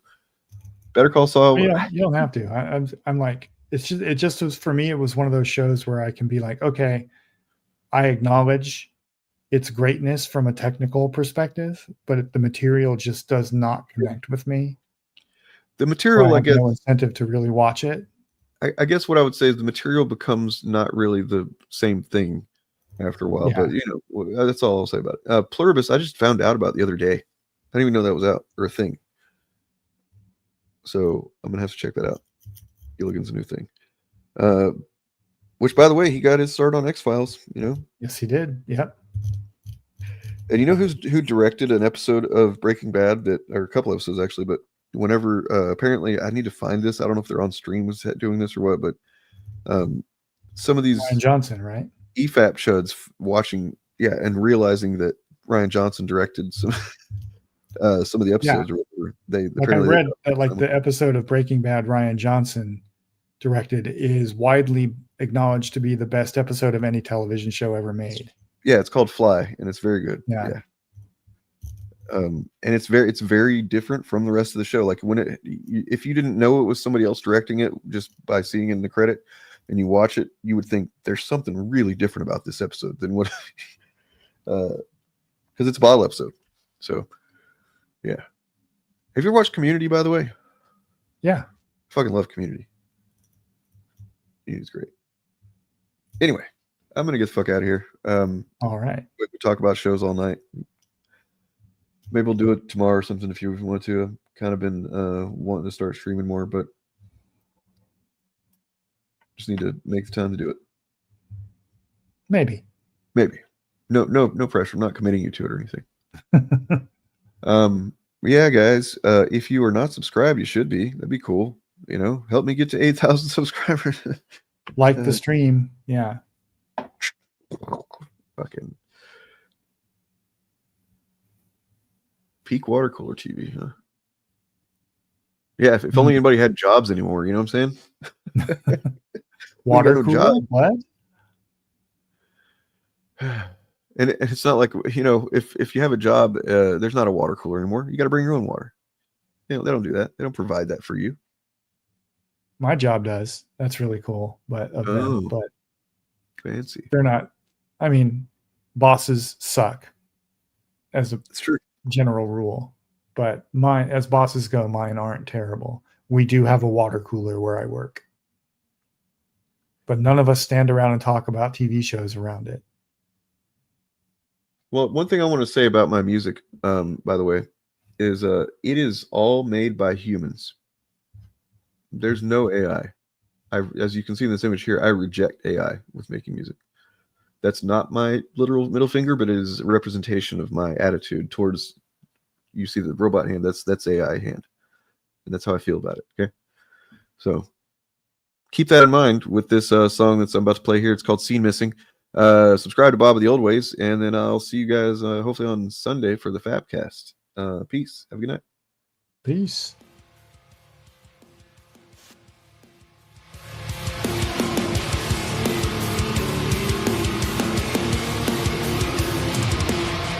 We go about our days like nothing's really changed.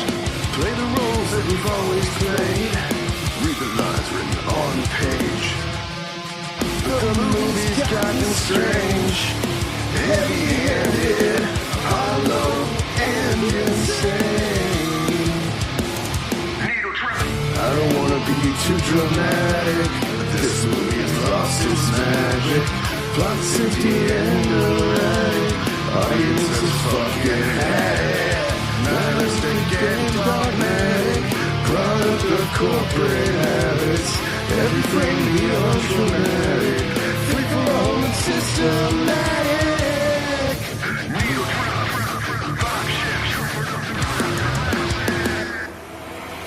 Seems to me that we're missing some scenes. Did the movie just end, or are we at the beginning? Sinking deeper into our real movies as the blood flows free in the war against empathy. The war against humanity. The war between you and me. The war against empathy. The war against humanity. The war between you and me. If you wanna feel cinematic, wanna see some real movie magic, cloak yourself in thermoplastic and dim the lights of a few fanatics. Parasitic propaganda addicts. Motherfuckers all sound the same. Read the lines written on the page, or wake up and see outside the frame. Seems to me that we're missing some scenes. Did the movie just end, or are we at the beginning? Sinking deeper into our real movies as the blood flows free in the war against empathy. The war against humanity. The war between you and me. The war against humanity. The war between you and me.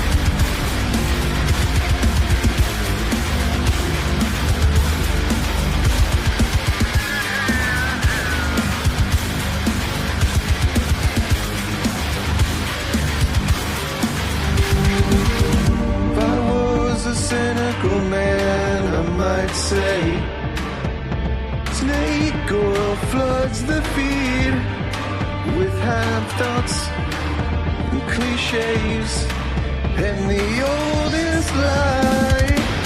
A million marks repeating your catchphrase and your lies. It's chaos by design. Go on, old man, get the bag, watch the tension rise. Hey there, you shameless fucking creature. Old man with the dead cut eyes, prophesize like a doomsday preacher.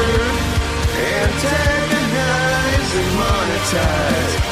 Old man, you're changing hearts and minds.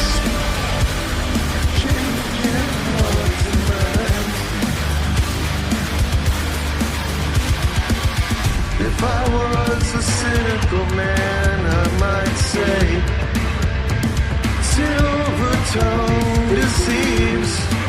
Gunman feeds the flames. Mask off, nose snake oil lubricates the outrage. Force the narrative to fit the frame. A million suckers is a new world born every minute. Let's go on, old man, and get it, get it. Hey there, you shameless fucking creature. Old man with the dead cut eyes, prophesize like a doomsday preacher. Antagonize and monetize. Old man, you're changing hearts. Welcome to every video we make. We use one little thing and then we build the narrative out of.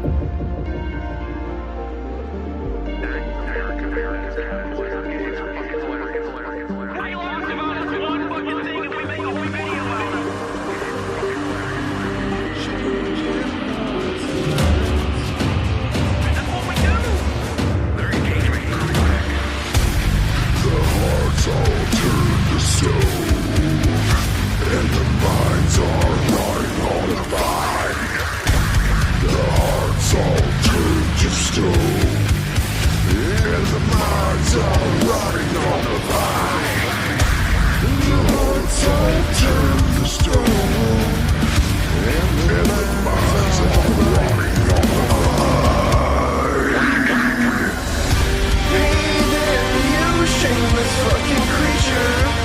Old man with the dead cut eyes, prophesize like a doomsday preacher. Antagonize and monetize. Old man, you're changing hearts. The hearts all turn to stone, and the minds are rotting on the vine.